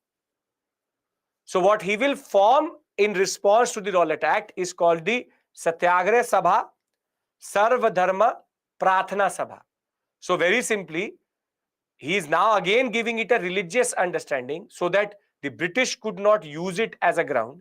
He says that all Sarv Dharma, all religions are now going to pray for Satyagraha. Again, he was not going to do that, but you can see how he's again masking his nationalism. He knew that if he actually went in and said that it is an anti-Rowlatt Act committee, then the British could see that there's a very staunch, what we call as resistance, which is coming through. So he rather calls it Sarv Dharma Prathna Sabha. And what he does is that he actually asks the younger members of the Home Rule League. Now, Home Rule League movement will be destroyed in the same way. That Gandhi will say to the Home Rule League movement members that I am going to now create a certain program. Let us follow that program and we will get this Rowlatt Act repealed. And the program was that on 6th April 1919, we'll go for a nationwide hartal or strike, which will be also followed by fasting, prayer, and smaller laws will be what we call as disobeyed, and we will also court arrest and go to the jail in the name of protesting against the Rowlatt Act. Now, Gandhi's plan seemed very nice. But there's a lot of problem. See, the 6th April hartal of 1919, that is going to be a resounding success. Wherein Gandhi himself will fast as a form of self-purification and say that it is a very dark moment in Indian history, that Rowlatt Act has been passed. It is all to basically create pressure on the British. People will fast, people will pray, people will protest in their own ways. Obviously, the British did not care at this point of time, but the problem was that people were not ready to go for this Satyagraha method. So even before 6th April, 4th, 5th April, there was clashes between the British and the Indians. On 6th April also, there were certain places where there was violence which was happening. And Gandhi could see that the people have not fully understood Satyagraha in the larger perspective of what it should be understood. It was about symbolic protest. It was about, for the concept of civil disobedience of smaller laws, it was not about clashing with the police. So Rowlatt Act is considered, please understand this, Rowlatt Act is considered a turning point in Indian history because Rowlatt Act actually launched Gandhi to the National Front. And why Rowlatt Satyagraha and this Hartal is so significant, or this strike is so significant, because peasants, workers, women, students all came together to protest against it. We had never seen such a response. Indian nationalism had truly become what is called mass nationalism. But as I said, still there is a little bit of learning curve or some learning which the Indians need to do. But it's an all India level movement. And it is that way very successful. So 6th April is a very significant day. 6th April 1919 is a very significant day because it launched Gandhi to the National Front. For the first time, the British saw in all presidencies everywhere certain type of responses, and the violence was increasing in a way. So Gandhi was equally happy, but was also equally concerned because violence was happening. So do we understand the basic concept that the Hartal itself was very, very successful, but there will be certain concerns which Gandhi will embody vis-a-vis the rising violence. Violence means violence, tod-phod, chaos. So now we need to shift our focus a little bit away towards Amritsar. Can I go to Punjab now? Because now I'm building up to Jallianwala Bagh. Right? Very good. So, as I said, the concept of nationwide Hartal, the masses were directed. So, what was the radical change at this point of time? That very simply, the masses had found a direction. They could act by giving verbal expression to their grievances. The peasants, urban poor, and artisans and workers all increasingly became the part of the struggle. And for the why Gandhi is that he changed the orientation of the Indian national movement towards the masses. And therefore, Gandhi said that the salvation would only come when masses were awakened, and he had done that generally. So the simple point of the matter is that the first day of this all India strike, 6th April, was extremely good, extremely good. If somebody saw what was happening at that point of time, it did not look like India which was there in 1820s or 30s. Everybody was on the street, very successful. Gandhi had shown his power to the British now, that what he could actually do. This is the point where Rowlatt Satyagraha's story is very rosy, is very, very positive. Now, here on out, I want to go into the way it is going to get withdrawn by 18th April. Can we do that? Yes? Very good. Now, our focus shifts towards Punjab. Now, see, Punjab as a province had a very love-hate relationship with the British. And during the First World War, lot of Punjabis, meaning half to 60% of all recruitment in the British Army, yes, the Hartal is the core of the Rowlatt Satyagraha. Half to 60% of all recruitment in the British Army was from Punjab itself. So Punjab contributed into the First World War very significantly. Generations were lost also in this war. In the First World War, the casualty was close to 3 crore people. And in those 3 crore, there were significant Indian casualties also. So the Punjab province in that regard had contributed immensely to the British war effort. And what Punjab expected was that after the war, they would get some concessions. You helped the British so much. So you would accept something good, that we will be rewarded for our valor, for our bravery. But what did the British give them? They gave them Rowlatt Act. Now imagine the feeling in that area. You were promised an iPhone and you are given a Micromax ka phone. Imagine. I'm trying to instill that feeling.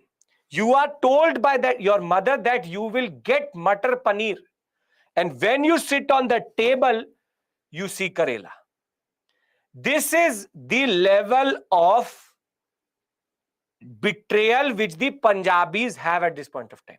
That we contributed month after year after month by sending our men to the war. However, when it came to getting something back, they gave them the Rowlatt Satyagraha. They gave them the Rowlatt Satyagraha, Rowlatt Act itself. So the Punjabis had a very strong feeling of betrayal. That how can you do this to us? Our generations, thousands, lakhs of young men died for you. And now that the war is over, you are extending the axe to take or go after us itself. I am trying to instill this anger in you, because then only you will understand what will happen on 10th April. In India, everywhere violence was happening. It's not that violence was just happening in Punjab. No. Violence was happening everywhere. But Punjab had a certain expectation from the British. And what is going to happen is that the lieutenant governor, under him lieutenant governor, was a person called Michael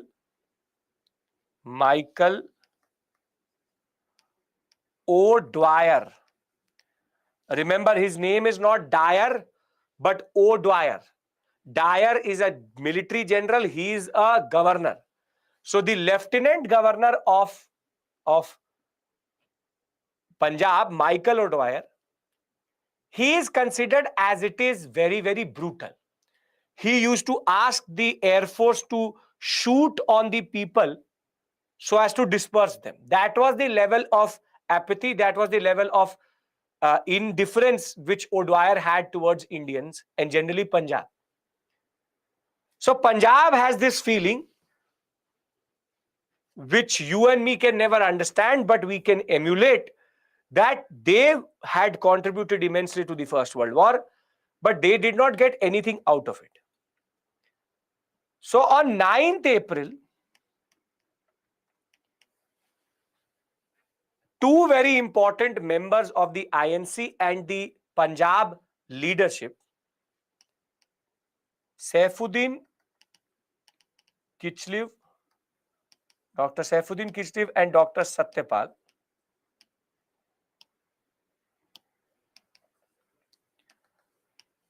when they were giving a speech vis-a-vis how British rule should end, they will be arrested under Rowlatt Act provisions near Amritsar, and they will be taken to unknown locations. They'll be taken to unknown locations. Now the people will lose it.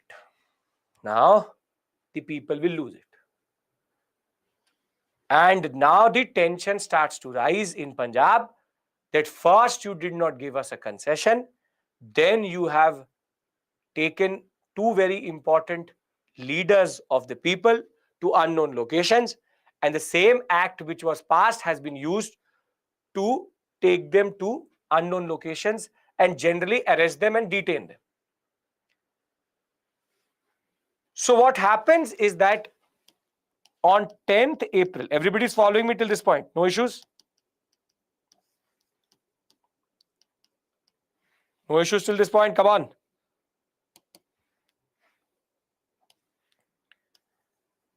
On 10th April, Amritsar, there will be unprecedented level of violence which will happen.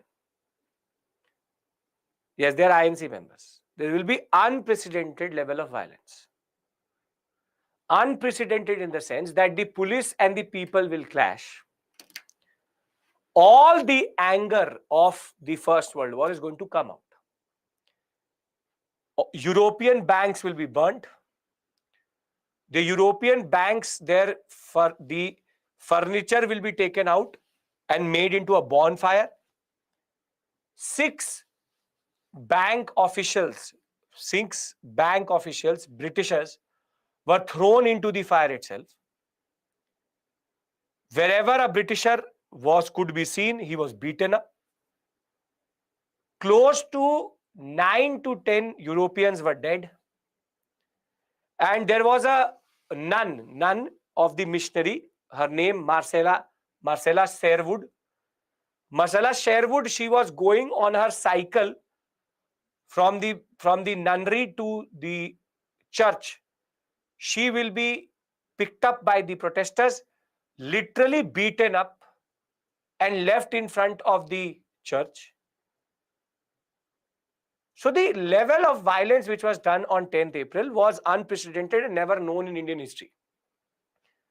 1857 was something, but here the frustration came out. And as soon as 10th April happens, now O'Dwyer, she's a woman, yes. O'Dwyer is now going to lose his mind. So please understand one thing, that what is going to happen on 13th April is not random. 13th April, Jallianwala Bagh was a revenge for what happened on 10th April. Please remember this point very, very clearly and keep it close to your heart, because that is going to explain a lot of what is going to happen on 13th. 10th April, literal violence which Gandhi will condemn, but nobody cares.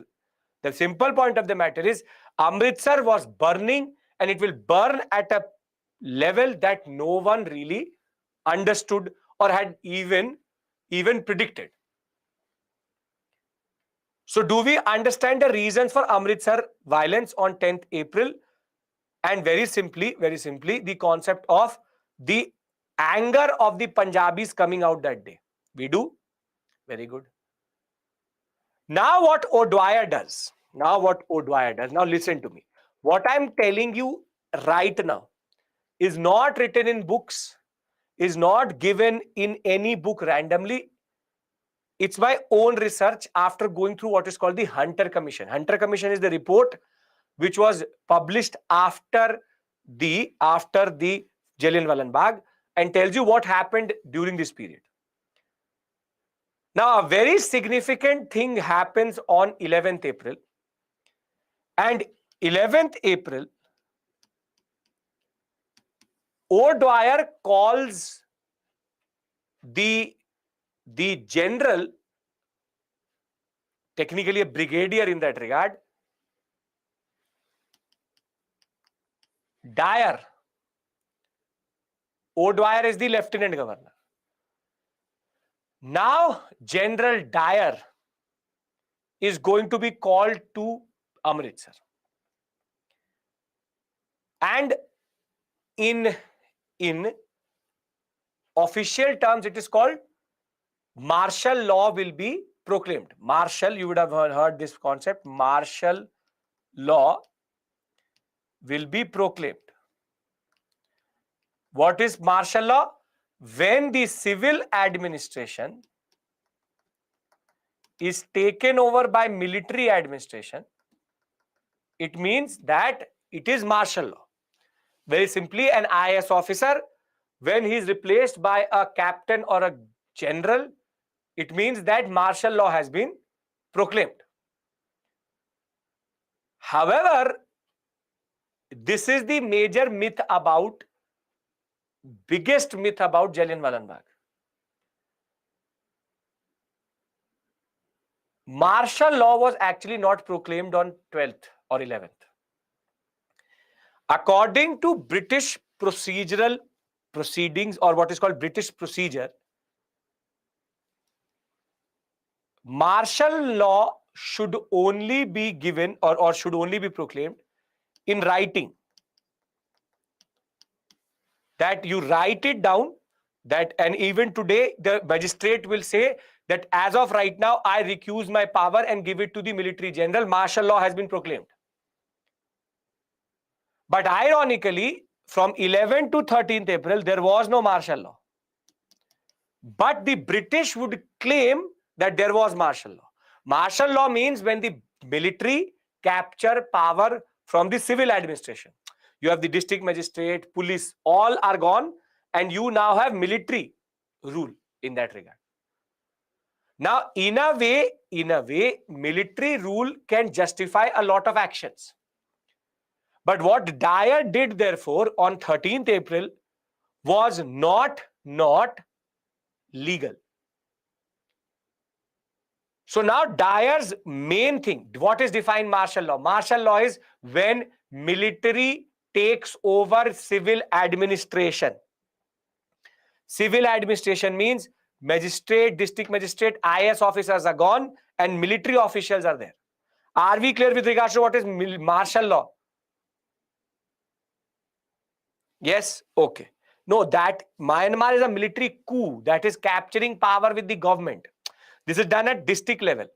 So today, if there's a lot of disturbance in an area, martial law can be proclaimed till today, wherein the government, the district civil administration is removed and the military comes and rules and basically brings everything into picture. So don't give me countries as example, because that is military rule vis-a-vis military coup. That's a separate issue altogether. Munna, nobody is going to ask you this story. So you don't have to write anything in the examination. Understand what you have to understand first. So there is a transfer of power from the civil administration to the military action or military administration itself. But it was all verbal. It was all verbal. Verbal communication was there. And under Indian procedure, under Indian administration, verbal is not allowed. So for 2 days, the British would argue that there was martial law, but there was no proclamation of martial law. Now, very simply, Dyer, when he is in Amritsar, his only task is to take revenge from the Indians for 10th April. So Dyer is going to wait very patiently for 13th April because 13th April was Baisakhi. So again, repeating myself, 9th April, Saifuddin Kichlev and Satyapal are arrested. 10th April, a lot of violence is going to happen. 10th April, that will happen. 11th April, so-called martial law will be proclaimed under Dyer. And now Dyer is waiting for an opportunity. Are we clear to this point? Okay. Now, on 13th April, you have the Golden Temple. Now, next to Baisakhi is a festival. The Golden Temple is here. Next to the Golden Temple, 4-5 blocks, if you go forward, there's a Bagh. And that Bagh is called Jallianwala Bagh. Now, the problem of Jallianwala Bagh is that it's a very congested park in the sense there's only one direction in which there is entry and exit. So you can enter only from one side. You can't run anywhere else. And there is a well in the corner of that Bagh. Now, Baisakhi is a very important, what we call as festival for the Sikhs. And on Baisakhi, what happens is, Bagh means garden. So the people will first go to the Golden Temple. They will very simply give their prayers, and if it's a picnic spot, a lot of families will come and lie down in the Jallianwala Bagh. Very simply, the crowd, which is estimated to be between 5 to 10,000, no specific data, was all non-political crowd. These were people who actually had no idea what had happened on 10th April. They were there just to rest as a form of congregation, having their lunch. So it's a festive moment. It's a festive moment, and they're celebrating their festival in Jallianwala Bagh. Now, at the corner of the Jallianwala Bagh, there was a small meeting which was happening of the Punjab Congress over what should be the course of action now that Saifuddin Kichlev and Dr. Satyapal are gone. So 99% of the crowd in this Bagh was actually non-political crowd, had nothing to do with politics. Now, Dyer gets to know about this. Dyer gets to know about this concept. So, under martial law, there's a rule that not more than 4 to 5 people can congregate.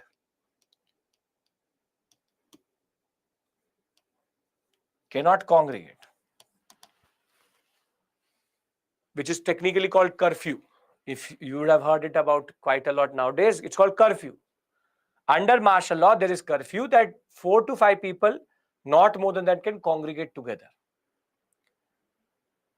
Now, there are close to 5 to 10,000 people in this Bagh. And now, Dyer gets to know that there is a congregation which has happened at Jallianwala Bagh. So, he has his opportunity. First thing which he does is that he is going to come in his trucks. And he will lock one of the gates of the Bagh. He will lock this gate. The exit point he will lock. Now, according to him, in his mind, he had pasted a small chit on the gate of Jallianwala Bagh on 12th that nobody can congregate here because 144 section has been put in, which is the concept of curfew. But you tell me that if there's a small chit on the gate, will anybody actually give attention to it? And as it is, if you put it in English, who will understand? So the people had no idea that curfew was in place. People had no idea that martial law was in place. And there was no announcement also. Now, this sadistic man, the first thing he will do is that firstly, he'll not announce anything. He will not say that please disperse, it is curfew, please disperse, it is martial law. No. He will very silently first ask his regiment to take 2 heavy machine guns. And he said that take these heavy machine guns into the Bagh. Unfortunately for him, fortunately for us, the heavy machine guns come on very big, what we call as tracks or very big carts. That cart could not enter. And in the report itself, it says that Dyer was utterly disappointed that he could not use his machine guns. Now, he will ask basically, regiment will be divided into 2 parts, and he will ask them to line up here, one standing and one sitting down. Without any warning, without any announcement, without anything, illegally, without martial law, he will ask them to shoot.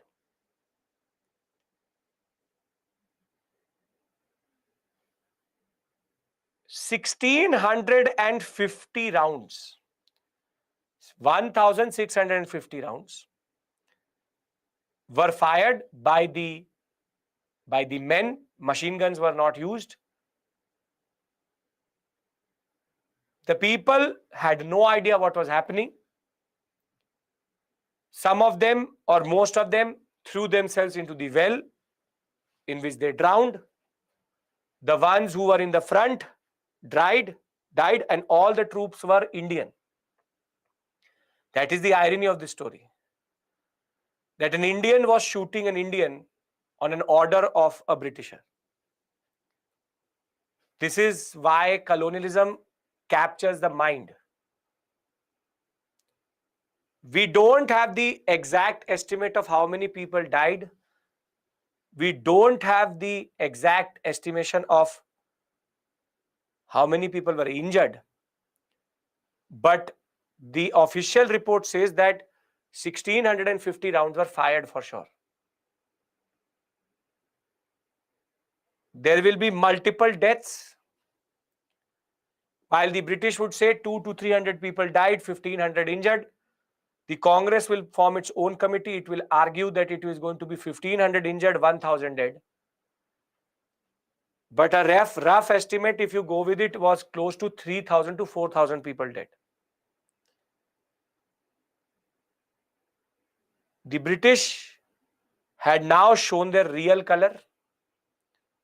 The British had now shown what they really were. This moment will be considered the darkest moment of Indian colonialism, because this was not something which was expected from the British, but in a way it was also expected. Approximately 500 to 1,000 official estimation, 2,000 to 3,000. That's not the point here. The only thing which is certain is 1,650 rounds. One man, very young boy, who had actually got shot in his leg, named Udham Singh, was also there in the Bagh.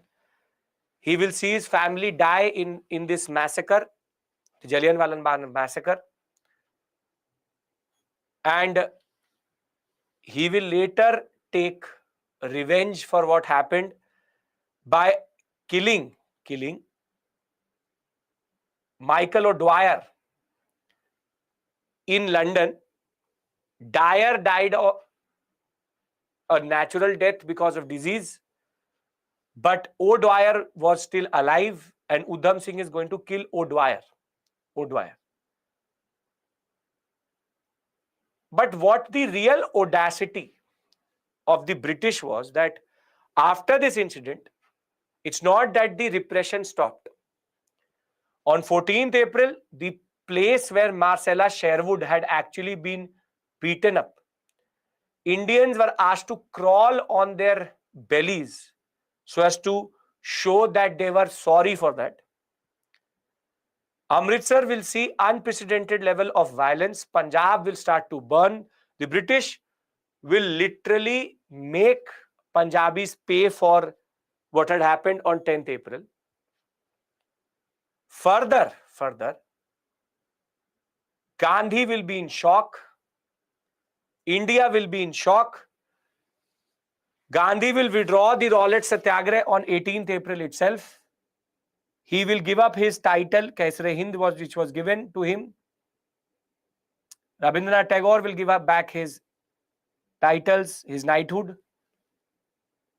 And now, in a way, the British agenda was very clear and was in front of everybody. That they were not here to rule by consent or to give you self-government. They were here to rule by power. And this is a very important lesson for Gandhi, because Gandhi could see that what the British could actually do. And please understand this now very, very well. Gandhi, anytime violence used to happen from the Indians, he used to literally fear what the British are going to do again. Please understand this point very, very clearly, because people say that Gandhi was ready to take a truce, or he was a coward who actually used to take back movements. But Gandhi did it every time to make sure that no more Jallianwala Baghs happened. Because Jallianwala Bagh was that one moment in which it was clear that the British could do anything to get revenge back.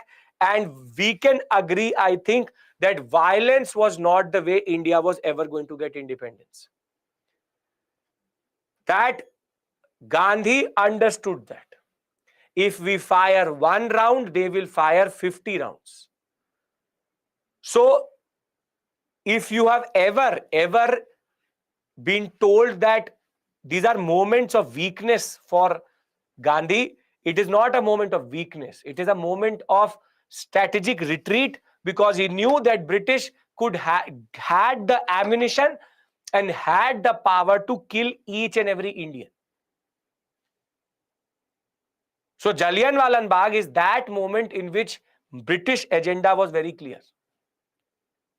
More than that, when the Hunter Commission will be appointed to check, Hunter Commission will rather say that yes, Dyer did a wrong thing, he will be court-martialed, but he will not be jailed.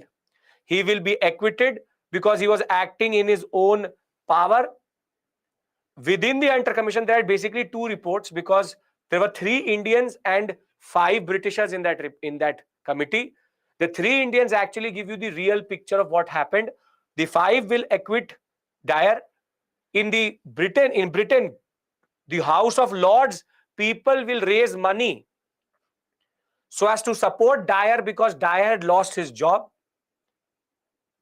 The British attitude towards Jallianwala Bagh massacre only showed the real picture of their existence in India. So one thing should be very clear by this point of time: this is not democracy. This is colonialism at its brutalest and ugliest. So one point you need to understand is that the concept of violence for Gandhi was very, very dangerous. And I will, by the end of this class, also discuss another moment where Gandhi will retreat in order to avoid another Jallianwala Bagh.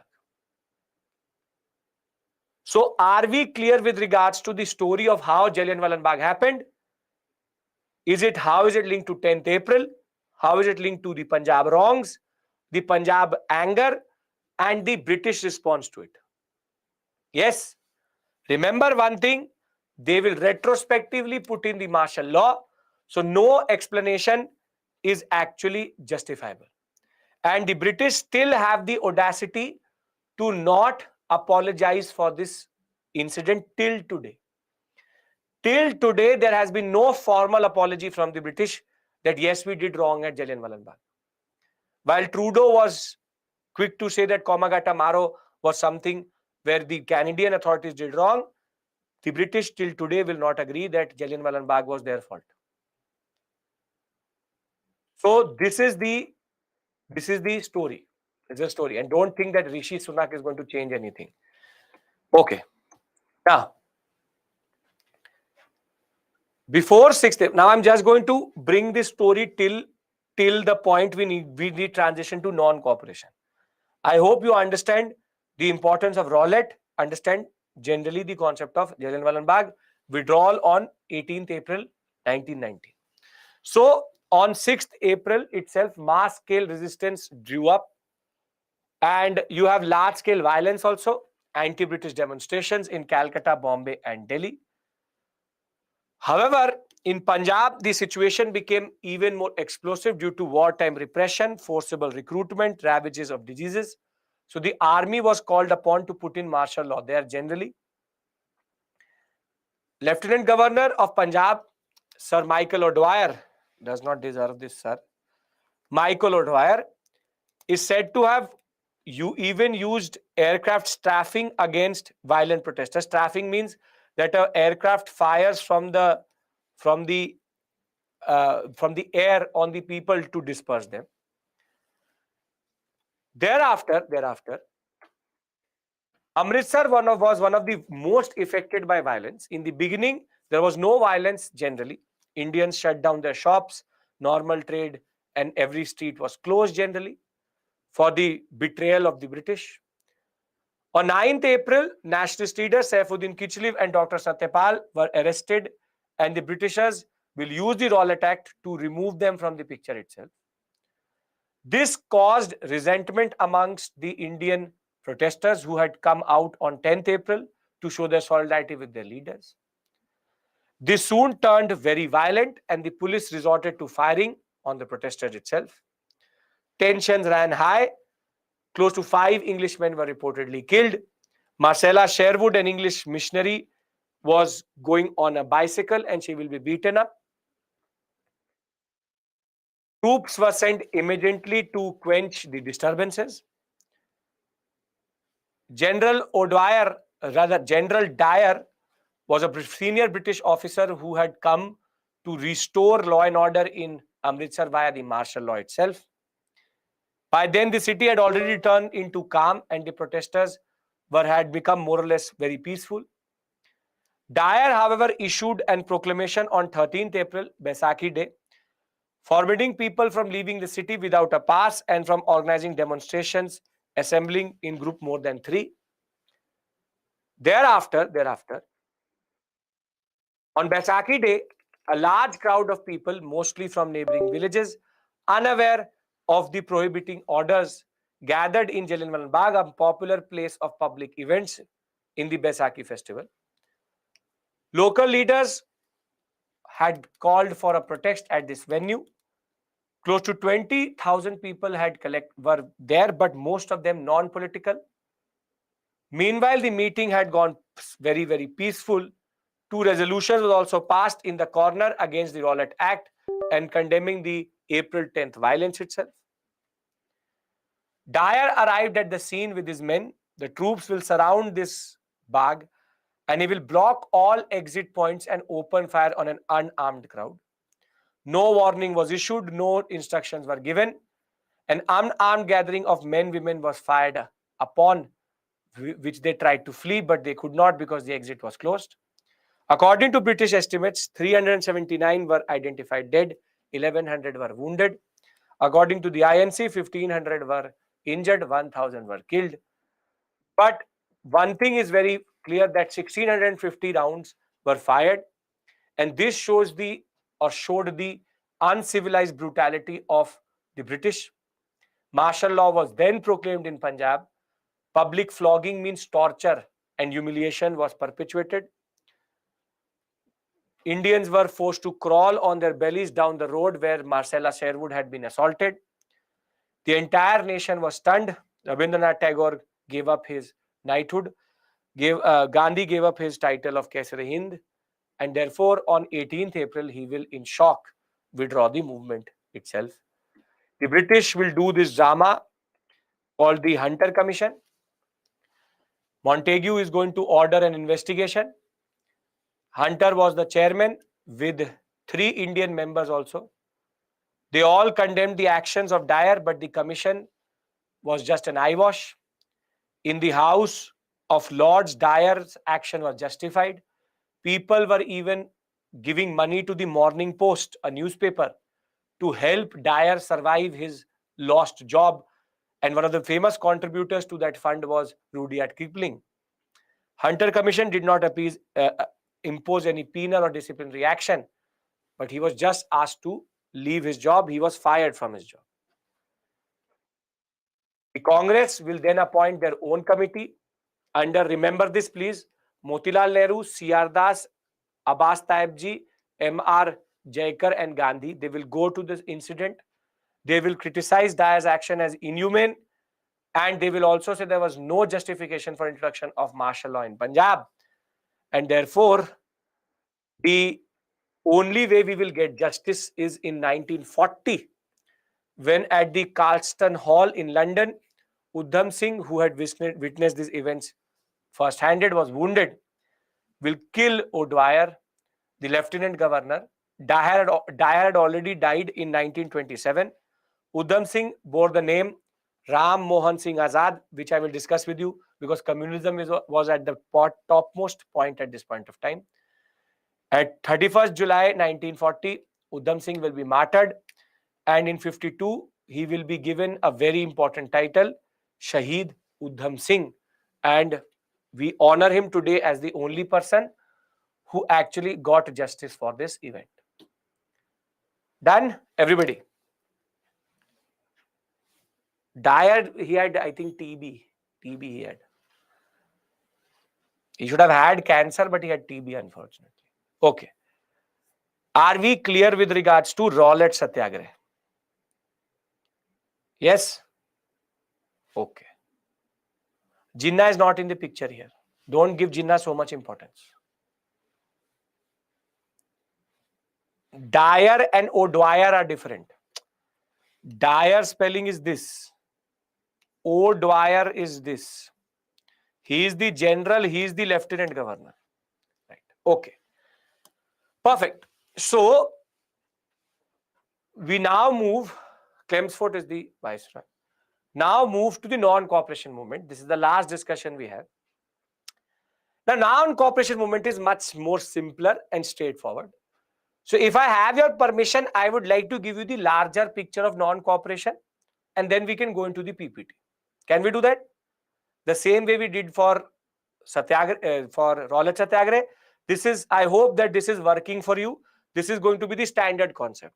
I will give you the whole movement in verbal. We'll try to understand it, and then we'll go into the nitty-gritty of it, which is to go and put in details, because non-cooperation, there is too much detail which you can't write into the examination. Rather, you need to understand the basic story, right? So I'll now talk about non-cooperation.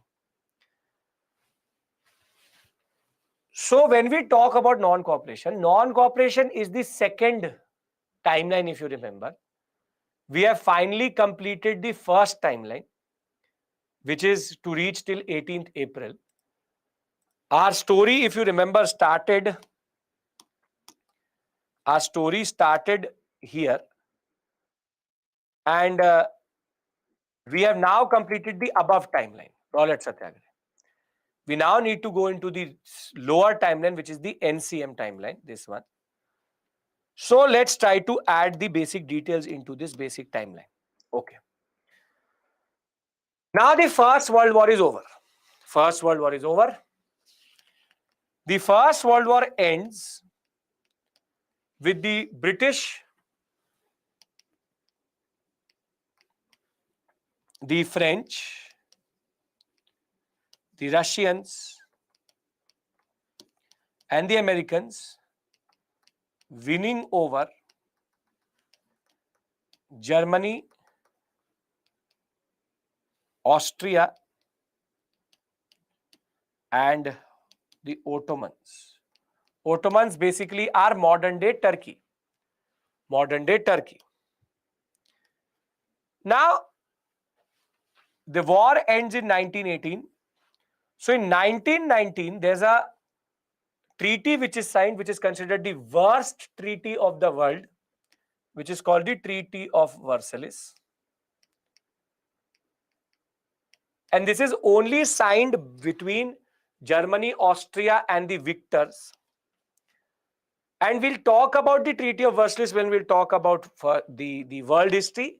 That's a separate story altogether. Considered the worst because of the fact that it is going to create the context for rise of Hitler and thereafter the Second World War itself. Britain and France were too brutal on Germany, which is going to humiliate Germany beyond a point itself. And therefore, Germans always wanted to take revenge. And the British and French are very good in doing this generally. But our attention is more towards the Ottomans. When we'll do medieval India, I'll tell you that there are three dynasties which emerged together. The Mughals in India, the Safavids in the Iran sector, and the Ottomans in modern day Turkey. Now, Ottomans are a very important Islamic political dynasty or political structure, because their leader or king is called a Khalifa or a Caliph, same thing. In Islam, Khalifa or Caliph is both the political and the religious leader of all Muslims. If you remember, these are the same Ottomans who had blocked the route and the need for Vasco da Gama to come via the sea route. Yes, this is where we started. If you remember, our story started with the blocking of the land route to India because of the Ottomans. Yes, so in a way we've come full circle. Now the point is that caliphate is the area which the Khalifa rules. Khalifa is the person. Caliphate means the area of the Khalifa. Sultan, Sultanate, that way. Sultan's area is called Sultanate. So Khalifa's area is called Caliphate. That does not matter to you. Now, the Ottomans have lost.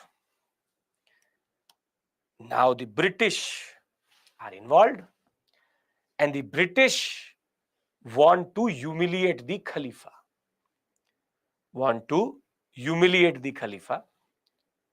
They had not signed a treaty in 1919, but a treaty was coming in 1920, which will later be called the Treaty of Sevres. Will happen in the city of Sevres. So it's called the Treaty of Sevres. But the Ottoman Turks, as they're called technically, they're Turkish in origin, Islamic dynasty. Now, basically, the British, the Khalifa is in their hand because the British can do anything to the Khalifa. So, if you are a Muslim all across the world, would you be thrilled that the most important leader of your religion is now at the mercy of the British? No, obviously no. Most revered, most respected leader is now under the mercy of the British. So in response to this, in 1919, 1920, there emerges across the world what is called the Khilafat movement. But we are not world, we are talking about India. It's called the Khilafat movement. Now, please understand this. The word Khalifa is used to make the word Khilafat. So, the Khilafat movement in India is basically started by two very important brothers, Shaukat and Muhammad Ali. The Ali brothers basically were the ones who started a movement in India to create pressure on the British to respectfully treat the Khalifa and not be too severe on him. So this movement starts independent of the Indian national movement and starts within the Muslim community of India. And by this point of time, Muslim leadership had also changed, that Aligarh school loyalist Muslims were gone. That we are going to appease with the British, we are going to appease the British. No, these are the Muslims who want to take the British at task. So the Muslim community had also gone from moderates to extremists. Now the Khilafat movement is something which links Indian struggle with all across the world, but in India, all Muslims came together under this basic idea that the Khalifa should be respected. Khalifa should not be disrespected by the Treaty of Sevres or whatever treaty is happening. We need to protect this Khalifa. Now here is Gandhi sitting in the Sabarmati ashram, still in shock of the Jallianwala Bagh, and he gets an idea. Gandhi was cognizant or knew about the concept of separate electorates. And he knew that the British were following a proper policy of divide and rule. So now Gandhi says that this is one movement which links all Muslims in India. So if I can somehow bring the Khilafat movement together with the INC, we can launch a much bigger movement. And herein lies the master stroke of Gandhi. Gandhi says that there are issues. Punjab was wronged. So the Punjab wrongs have been something which impacted us. And they are doing the same to the Khalifa. The All India Khilafat Committee, when it will meet, Gandhi was one of the president. Gandhi will very actively get involved with the Khilafat movement generally because he saw an opportunity in this movement. And even before the non-cooperation movement will start, the Khilafat movement will introduce the new concept, which is the concept of boycott of all institutions. We have previously seen that boycott was something which was used for goods and institutions. In which movement? Where was this previously used? Very good, Swadeshi. But Swadeshi was limited and Swadeshi was more about goods. Here it was about boycott, school, college, church, anything, everything. Now Gandhi takes this concept of Khilafat and wants the INC to appropriate it or get associated with it. So before I talk about the second part of the story, we are clear that what is Khilafat movement, we are clear who is the Khalifa, and we understand the fear of the Khilafat movement, that they don't want the Khalifa to be disrespected by the British. Are we understanding this point? We are? Very good. Now, the INC, Gandhi is creating pressure on the INC that you should align yourself with the Khilafat movement. And between January of 1920 to August of 1920, there will be a proper movement which Gandhi will try to push, that let's take this issue. Khilafat can be used to basically make the INC's movement bigger. We can launch a bigger movement which is non-cooperation. It was called non-cooperation and Khilafat movement. Sometimes also called Khilafat non-cooperation movement. Simple point was Gandhi was creating pressure on the INC to go for another mass movement. But the problem was that INC was not very keen. And there are two reasons for that. One of the boycott was also of Legislative Council and Provincial Legislative Council. Now, people like Motilal Nehru would see that somehow I got elected, we had to fight an election, then I became a part of the Legislative Council. Now you're asking me to boycott the Legislative Council, which is to resign. So there's a certain sense of inertia. It is called certain sense of hesitation. If you put in the effort, finally I've become a part of the Legislative Council. Now you're asking me to resign. But the most ardent and most biggest critique against the INC joining the Khilafat was actually Bal Gangadhar Tilak.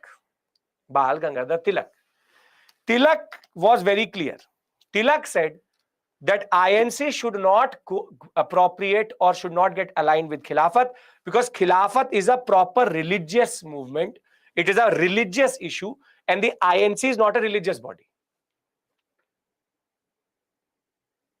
And Gandhi will insist that it is not a religious movement, it's a political movement. And it's a very good moment for Hindus and Muslims to come together. It's about Hindu-Muslim unity.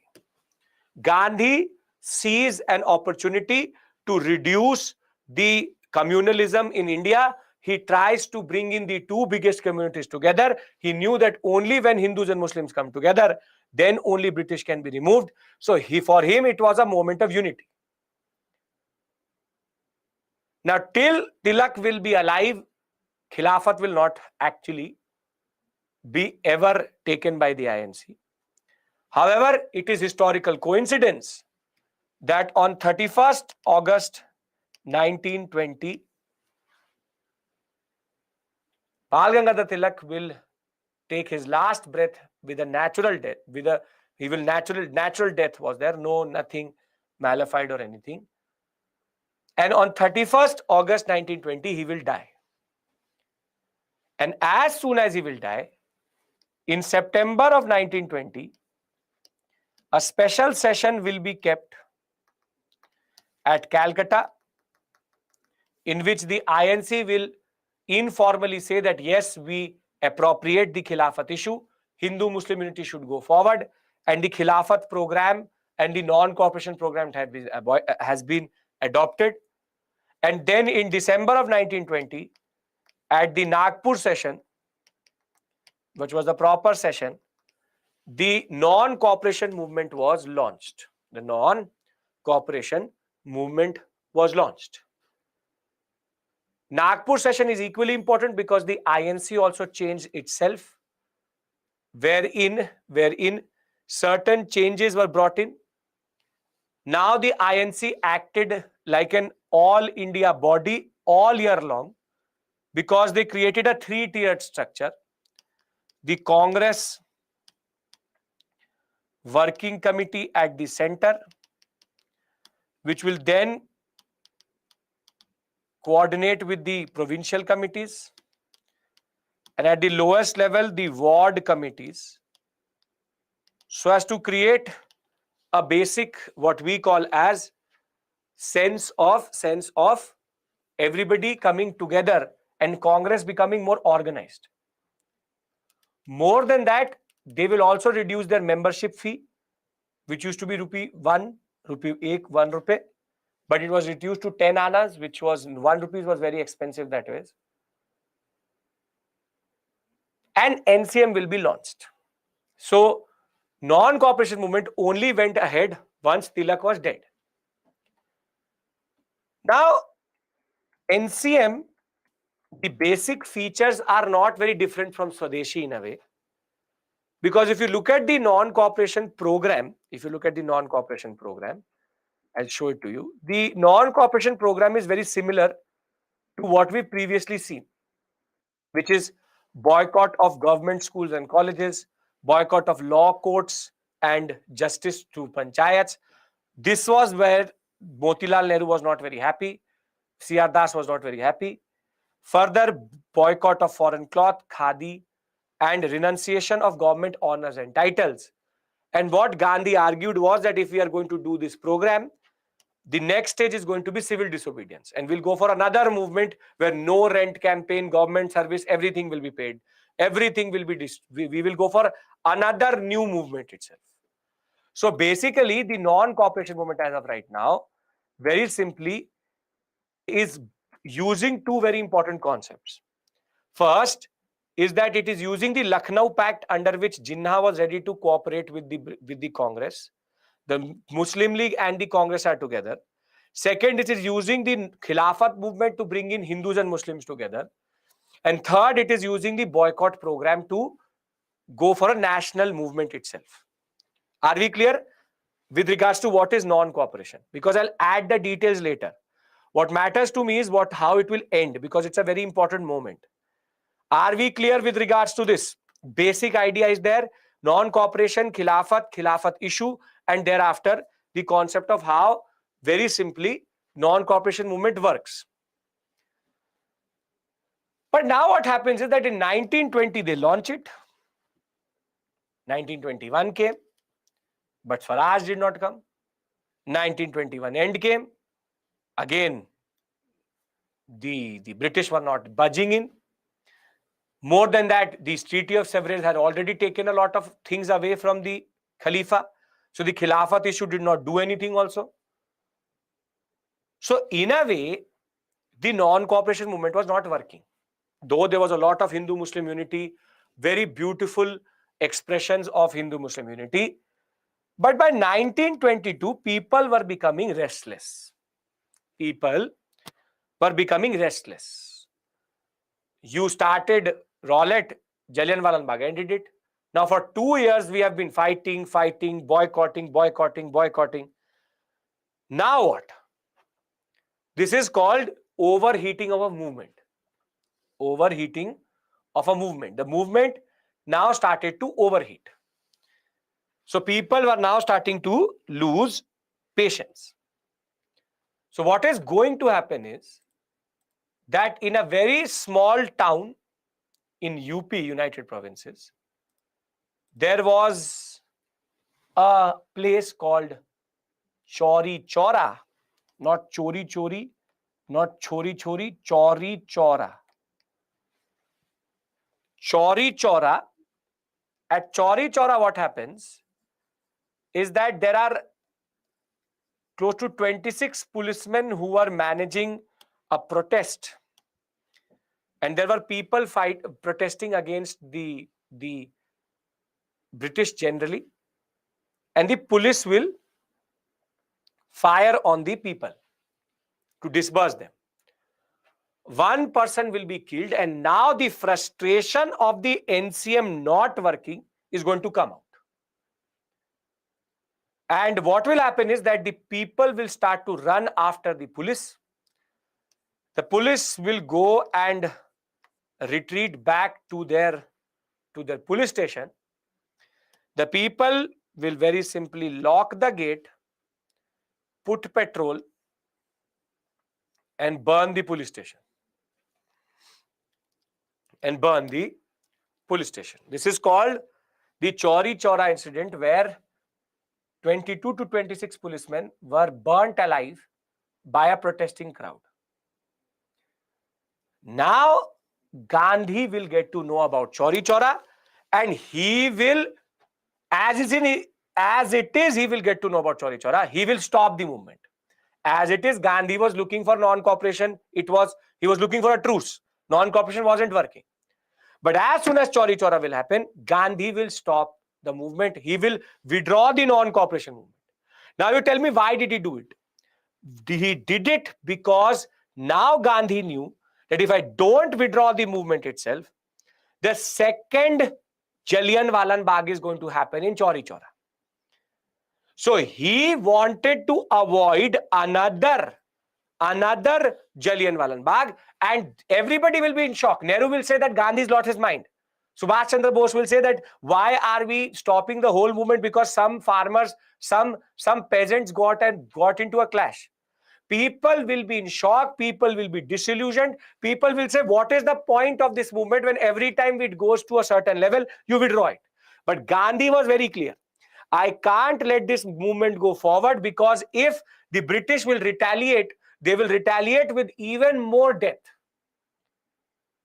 So Chauri Chaura is mostly seen as a moment of weakness of Gandhi, but rather it was much bigger. He wanted to avoid another major Jallianwala Bagh type incident. It was a strategic retreat. As it is, NCM was not working, and therefore he will withdraw the movement itself. And more than that, Gandhi will be arrested also. It will be believed that Chauri Chaura happened in the British eyes. Gandhi will be given 6 years in imprisonment, and he will just take the blame and say, okay, arrest me. I am the one who enticed the Chauri Chaura peasants. So Chauri Chaura is a major moment of disillusionment for everybody. However, all are British officers. However, the point was that it's not a moment of weakness. Gandhi saw what happened in Amritsar for 5 people. These were 26 to 22 policemen. So the non-cooperation movement ended in the most dramatic way possible. With Chauri Chaura happening, Gandhi takes his truce and stops the movement. But more than that, he wants to avoid another Jallianwala Bagh. So when we talk about non-cooperation is more about Khilafat, non-cooperation, Tilak, then getting appropriated within the INC. But what is more significant is how it stopped. So very simply, Chauri Chaura is considered a break point for Indian nationalism, because how would Chauri Chaura lead to another Jallianwala Bagh? Akshay, you tell me one thing. 5 people were killed and 1 nun was beaten up. 1,500 people were shot by the British. You think that if Chauri Chaura, thereafter NCM would go forward, what would the British do? The British would take revenge.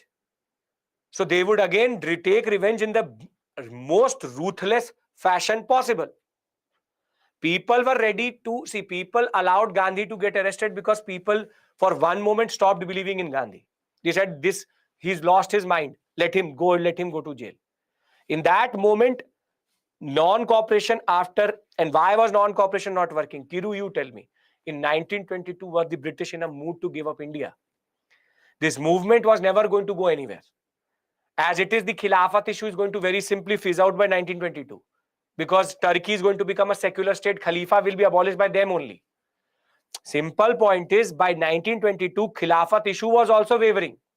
Because the Khilafat issue was wavering because the Turkish population itself under Kamal Pasha are going to say, we abolish Khalifa. Will the British abolish? We abolish the Khalifa. And Turkey emerges as a secular state itself. So, very simply, there was no way this movement was actually ever going to go anywhere. People were still ready to fight the British. Even if 1,000 people more died, people would fight. But Gandhi knew that the British would not stop at just killing people. This would escalate to a point where there was no coming back itself. So as much as you can love, hate, or not like what he did, his basic logic is violence is unacceptable, strategic truce, and the concept of second Jallianwala Bagh. Clear, everybody? Can we just read this out? Because you will see there's a lot of detail in the story which you can't write it itself. Okay, perfect. If we got Azadi in 1922, with Gandhiji withdraw the movement? Well, hypothetically, if we got it in 1857, there was no need for Gandhi only. So that way, so hindsight 2020, anything. Yes, if we got 22, he would not. But Gandhi knew that he was. Gandhi knew very well that no independence was going to be given. It was about training the people. It was about the Satyagraha method. In a way, Satyagraha never worked on the British in the all India level. I already told you. First Satyagraha, Rowlatt Satyagraha, Jallianwala Bagh. Second Satyagraha, non-cooperation. Then Chauri Chaura. This is going to be the standard story. Satyagraha is never going to outrightly work. Only when the British were too weak, then only they left India. We will talk about that. Okay. Can we just consolidate everything? Yes, we can. Government of India Act 1919, ill-conceived scheme of hierarchy, failed to satisfy anybody. Jallianwala Bagh had already happened. Economic hardship of the war, inflation, unemployment. War is always followed by economic hardship. A lot of unemployment, inflation, people are reeling. Now, Lucknow Pact had already happened. Rowlatt Act had brought together Hindu, Muslims, everybody together. More than that, the radicalism of the Muslims had also changed because they had stopped believing in the British. So you have new radical Muslim nationalists, for example, Muhammad Ali, Azad, Hakim Ajmal Khan, Hassan Imam. All of them had now come out of that conservative Aligarh type of loyalism. And now these younger elements wanted to express their anti-imperialistic sentiment in much more sense in that regard. Further, the Khilafat issue now became the epicenter of Muslim politics in India, wherein the word Khilafat is an institution, or the word Khilafat is used from the institution or the office of Khalifa. Khalifa, or the Caliph of Turkey, was regarded as a spiritual and political head of Muslims. First World War, Turkey will lose along with Germany. The victory will mean that there was a humiliating treaty for Germany and such treaty was being planned for Turkey also. And the concept was that Khalifa would be removed and Turkey would be dismembered, which is to be destroyed or divided. Now, the demand for Khilafat, or the demand for Khalifa being protected, which is called the Khilafat movement, was started to the Khilafat Committee, which was started in India by Shaukat Ali and Muhammad Ali, the Ali brothers. Khalifa must retain, and this is the demands. This is the demands that the Khalifa must retain control over Muslim sacred spaces. He should be given sufficient territory to defend himself. The Arabia, Saudi, Syria, Iraq, Palestine area must remain under his sovereignty. And Azad, Ajmal Khan, and what is called Hasrat Mohani all work together with Ali brothers over this issue. Now, very simply, Gandhi will see an opportunity once they will start a movement. So in November of 1919 itself, All India Khilafat Conference was held in Delhi, and they asked for boycott of British goods. They spelled out that if no peace terms were favorable, they would go for further no cooperation. Gandhi, the president of All India Khilafat Conference, saw a possibility of mass and united non-cooperation. Herein lies the struggle between Gandhi and Tilak in a way. Congress supported the Khilafat movement but did not want to unite under this issue. Tilak said that it was a religious issue, should not be taken. Further, the boycott of council was not supported by leaders like C.R. Das and others like Motilal Nehru, who said that we've already put in so much effort to win the election, and therefore another election was coming in November of 1920. Gandhi, however, got approval for all of these issues. Muslim League was also ready to support the Congress over this issue generally. But it was Tilak who was not allowing this to happen. So in February of 1920, a joint Hindu-Muslim delegation will be sent to the Viceroy. However, that will fail. Gandhi will say that I bring in the concept of Punjab wrongs and constitutional advance into one concept of Khilafat question, and I would like to launch a movement of non-cooperation which would satisfy both the terms of the Hindus and the Muslims. And if the Treaty of Sevres is not good, I will launch a non-cooperation generally to satisfy the demands of the Indian Muslims. Now, in May of 1920, Treaty of Sevres will completely destroy Turkey. In June, all party conference will be held at Allahabad, which will say that we should go for boycott of schools, colleges, and Gandhi was asked to lead that movement. However, again, till this point, Tilak was not agreeing. On 31st August, the Khilafat Committee started a campaign of non-cooperation, and that movement will be formally launched. And Tilak would already have taken his last breath on 1st August. At the special session in September, the Congress will give approval for a non-cooperation, and it will say that we bring in these two concepts, the Punjab wrongs, which is Jallianwala Bagh, and the Khilafat together, and only when Swaraj will be established, then only this movement will stop. Thereafter, they had now chosen this basic program, boycott everything. Then the second stage of the movement would be that they will go for mass civil disobedience, and the participants will look for and work for Hindu-Muslim unity, removing untouchability, and remain non-violent. So till this point, I hope everybody is with me. I'm just repeating the story now out of the PPT. There's nothing new. I'm giving you the basic details now. I hope everybody is following me. This is the basic pattern we follow.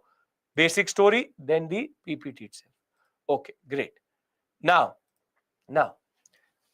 the movement is formally accepted and endorsed in the Nagpur session. Nagpur session is important because important changes were made within the Congress itself. For the first time, the Congress said that it is going to attain independence and self-government, not through just constitutional means, but from extra constitutional mass struggle. This is what Gandhi had now given them the concept that constitutional struggle will not give you Swaraj, rather extra constitutional mass movement is something very, very important.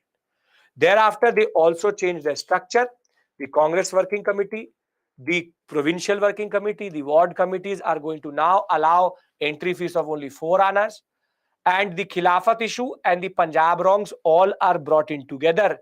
and there will be an unprecedented surge in the energy, the enthusiasm. And 1921 and 22, there will be a major fervor. People will do anything and everything in that regard to make sure that the non-cooperation movement works. So the manifestations of this you can see here. Please don't learn all of this. Don't have to learn. Do not learn. You just have to enjoy this story. That's it. So Jinnah, Besant, Kapadre, Pal all left Congress believing that this extra constitutional thing we cannot do. S.N. Banerjee is going to then find his own party, which is called Indian National Liberation Front, which is going to literally be useless thereafter. Gandhi declared that if non-cooperation was not implemented, if implemented completely, within 1 year Swaraj. You think that was possible? Swaraj, self-government, same thing. 1 year he said that if non-cooperation fully implemented, 1 year. No. But he's still saying that so as to increase the enthusiasm. So many revolutionaries became a part of the Congress at this point of time. Ali brothers were touring India along with Gandhi. The Home Rule League was very actively involved with Gandhi and non-cooperation generally. Students left colleges, schools, and joined national schools and colleges. English education institutions were boycotted. There was new education institutions which were developed by Acharya Narendra Dev, C.R. Das, Lala Lajpat Rai, Zakir Hussain. Subhash Chandra Bose, S.C. Bose is Subhash Chandra Bose is going to become the principal of National College at Calcutta. He was also now emerging as a very important personality. English cloths were boycotted and imports fell by half. Khadi was hand spun. Khadi became the new symbol of protest and Indian unity. Picketing of shops happened. There were lawyers, all lawyers, for example, Motilal Nehru, Jawaharlal Nehru, Syed Das, Saifuddin Kichlev, who had now re-emerged after the Rowlatt Satyagrah, Vallabhbhai Patel, Asaf Ali, you have Rajendra Prasad, all will give up their legal practice. Social boycott will happen. Tilak Swaraj Fund was created. 1 crore rupees was collected for the non-cooperation. Very big amount that was. Congress volunteers now were emerging as parallel police. The Ali brothers gave a call for the Muslims to even resign from the army and from the services itself because it was unreligious to work within the British. Gandhi echoed the call that the committee should pass a resolution for the same. The Congress gave the call that all local Congress bodies should go for civil disobedience as much as possible. So you can see that in the first 2 years, 21 and 22, the power of this movement is very high. Enthusiasm is very, very high. However, things will now start to go south by the time we come to late 2022, 2022. So you have no tax campaign in Midnapur and Guntur. In Assam, the Assam Bengal Railway, there will be a strike which will be organized by J.M. Sengupta. In November of 1921, when the Prince of Wales is going to come to India, his car will be chastened by Indians. Technically, his procession was hijacked by Indians and he had to run away literally out of Bombay. There will be also Awadh Kisan movement, Ekta movement, Mapila revolt, Sikh agitation. All across India, the British could see that Indian nationalism had matured and become better. And even the Viceroy now reading tried to break the unity of Gandhi and Ali brothers by saying that, see, Ali brothers are saying for violence. You are Gandhi, say that don't do violence. But Gandhi said that I don't care what they're saying. I will not let you wedge a gap between the Khilafat issue and the Khilafat leaders and me. So very simply, Gandhi will later be arrested on the concept that you are enticing violence. But more than that, banning of the press, gagging of the press. Now the British will go for proper repression. Now the repression will come, wherein they will start to say, okay, you are not ready to cooperate, we will go for repression. And that repression is going to culminate in Chauri Chaura. A mob of peasants, Khilafat agitators, burnt 22 policemen alive after a lathi charge, which had gone wrong on 5th February 1922. Thereafter, the Congress was ready to launch the no tax movement and was getting ready to go for a much bigger movement by 12th February. However, Gandhi will call off the movement. Many nationalists will believe that it was not stopped at the wrong moment itself, when the movement was actually going into a new phase itself. C.R. Das, Motilal Nehru, Subhash Chandra Bose, Jawaharlal Nehru all express bewilderment at Gandhi's decision. C.R. Das and Motilal Nehru will even say that this makes no sense over what Gandhi has done. Subhash Chandra Bose will say that it is a national calamity.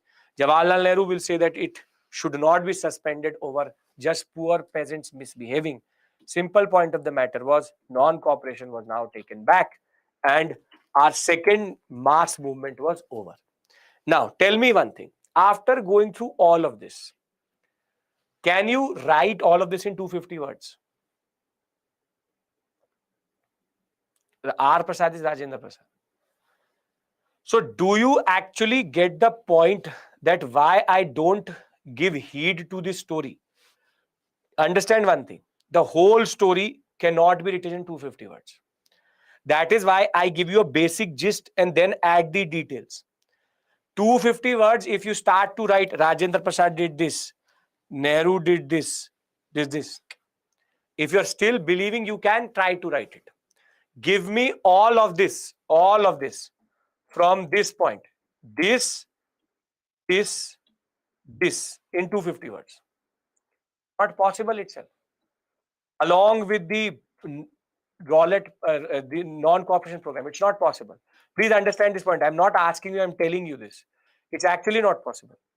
So can I just close everything for today, give you a summary of the 3 things we've done today, and then we meet tomorrow to go to Swaraj's No Changes, Bhagat Singh, Revolutionaries Part 2, Gandhi-Irwin Pact, Simon Commission. Yes, I can do that.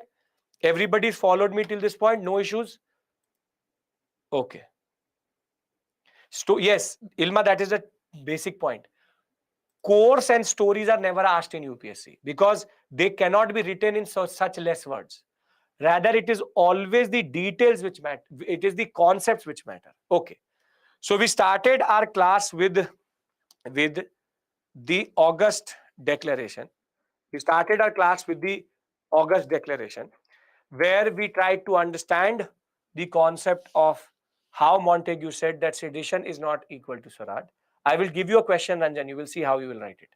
Thereafter, we discussed how Defense of India Act was already being used to stifle press freedom, nationalists in India. Then we talked about the Government of India Act 1919, 3 major structural changes, High Commission of India, thereafter bicameralism at center, hierarchy at provincial level, with addition of executive councillor at the provincial level. We also understood how legislative jurisdictional division came through.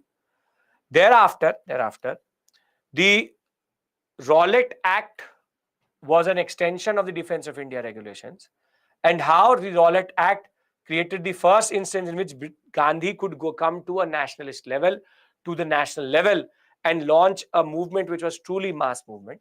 We discussed the 6th April Hartal, which in turn was linked to the concept of all India Hartal with fasting prayer, very successful. However, Punjab was burning. On 9th April, Saifuddin Kichlev and Satyapal are going to be picked up under Rowlatt Act.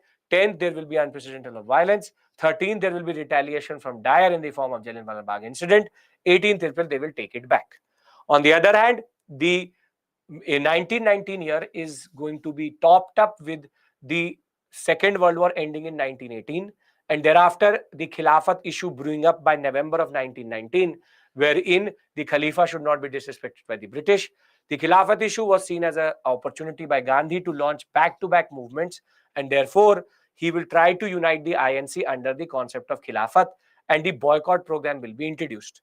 Now, very simply, for till Tilak is alive, that will not happen. Once that will happen, Calcutta session, Nagpur session, Congress is going to adopt the NCM. First 2 years, NCM is going to work very well, wherein there will be boycott, there will be this, that, national education. Everybody is going to do very well. But by 1922, the whole movement was becoming impatient. Gandhi had said that Swaraj is going to come in 1 year. Chauri Chaura is going to happen. In order to avoid a second Jallianwala Bagh, he is going to withdraw the movement and get arrested in that regard. Clear, everybody? This is the basic story I've given you till today. Yes? Now, one of you asked me that how do you ask a question, or what type of question can come from non-cooperation? I'll give you that type of question, and then you can leave for today. See, non-cooperation, the only slide which actually matters to you is this one. This is the only slide which matters to you. Very, very important, because this tells you the non-cooperation program. But rather, I'll give you a question. Let's see if you can answer it, and then you can leave. See, if I give you a question like this, that the non-cooperation program or movement represented Hindu-Muslim unity and features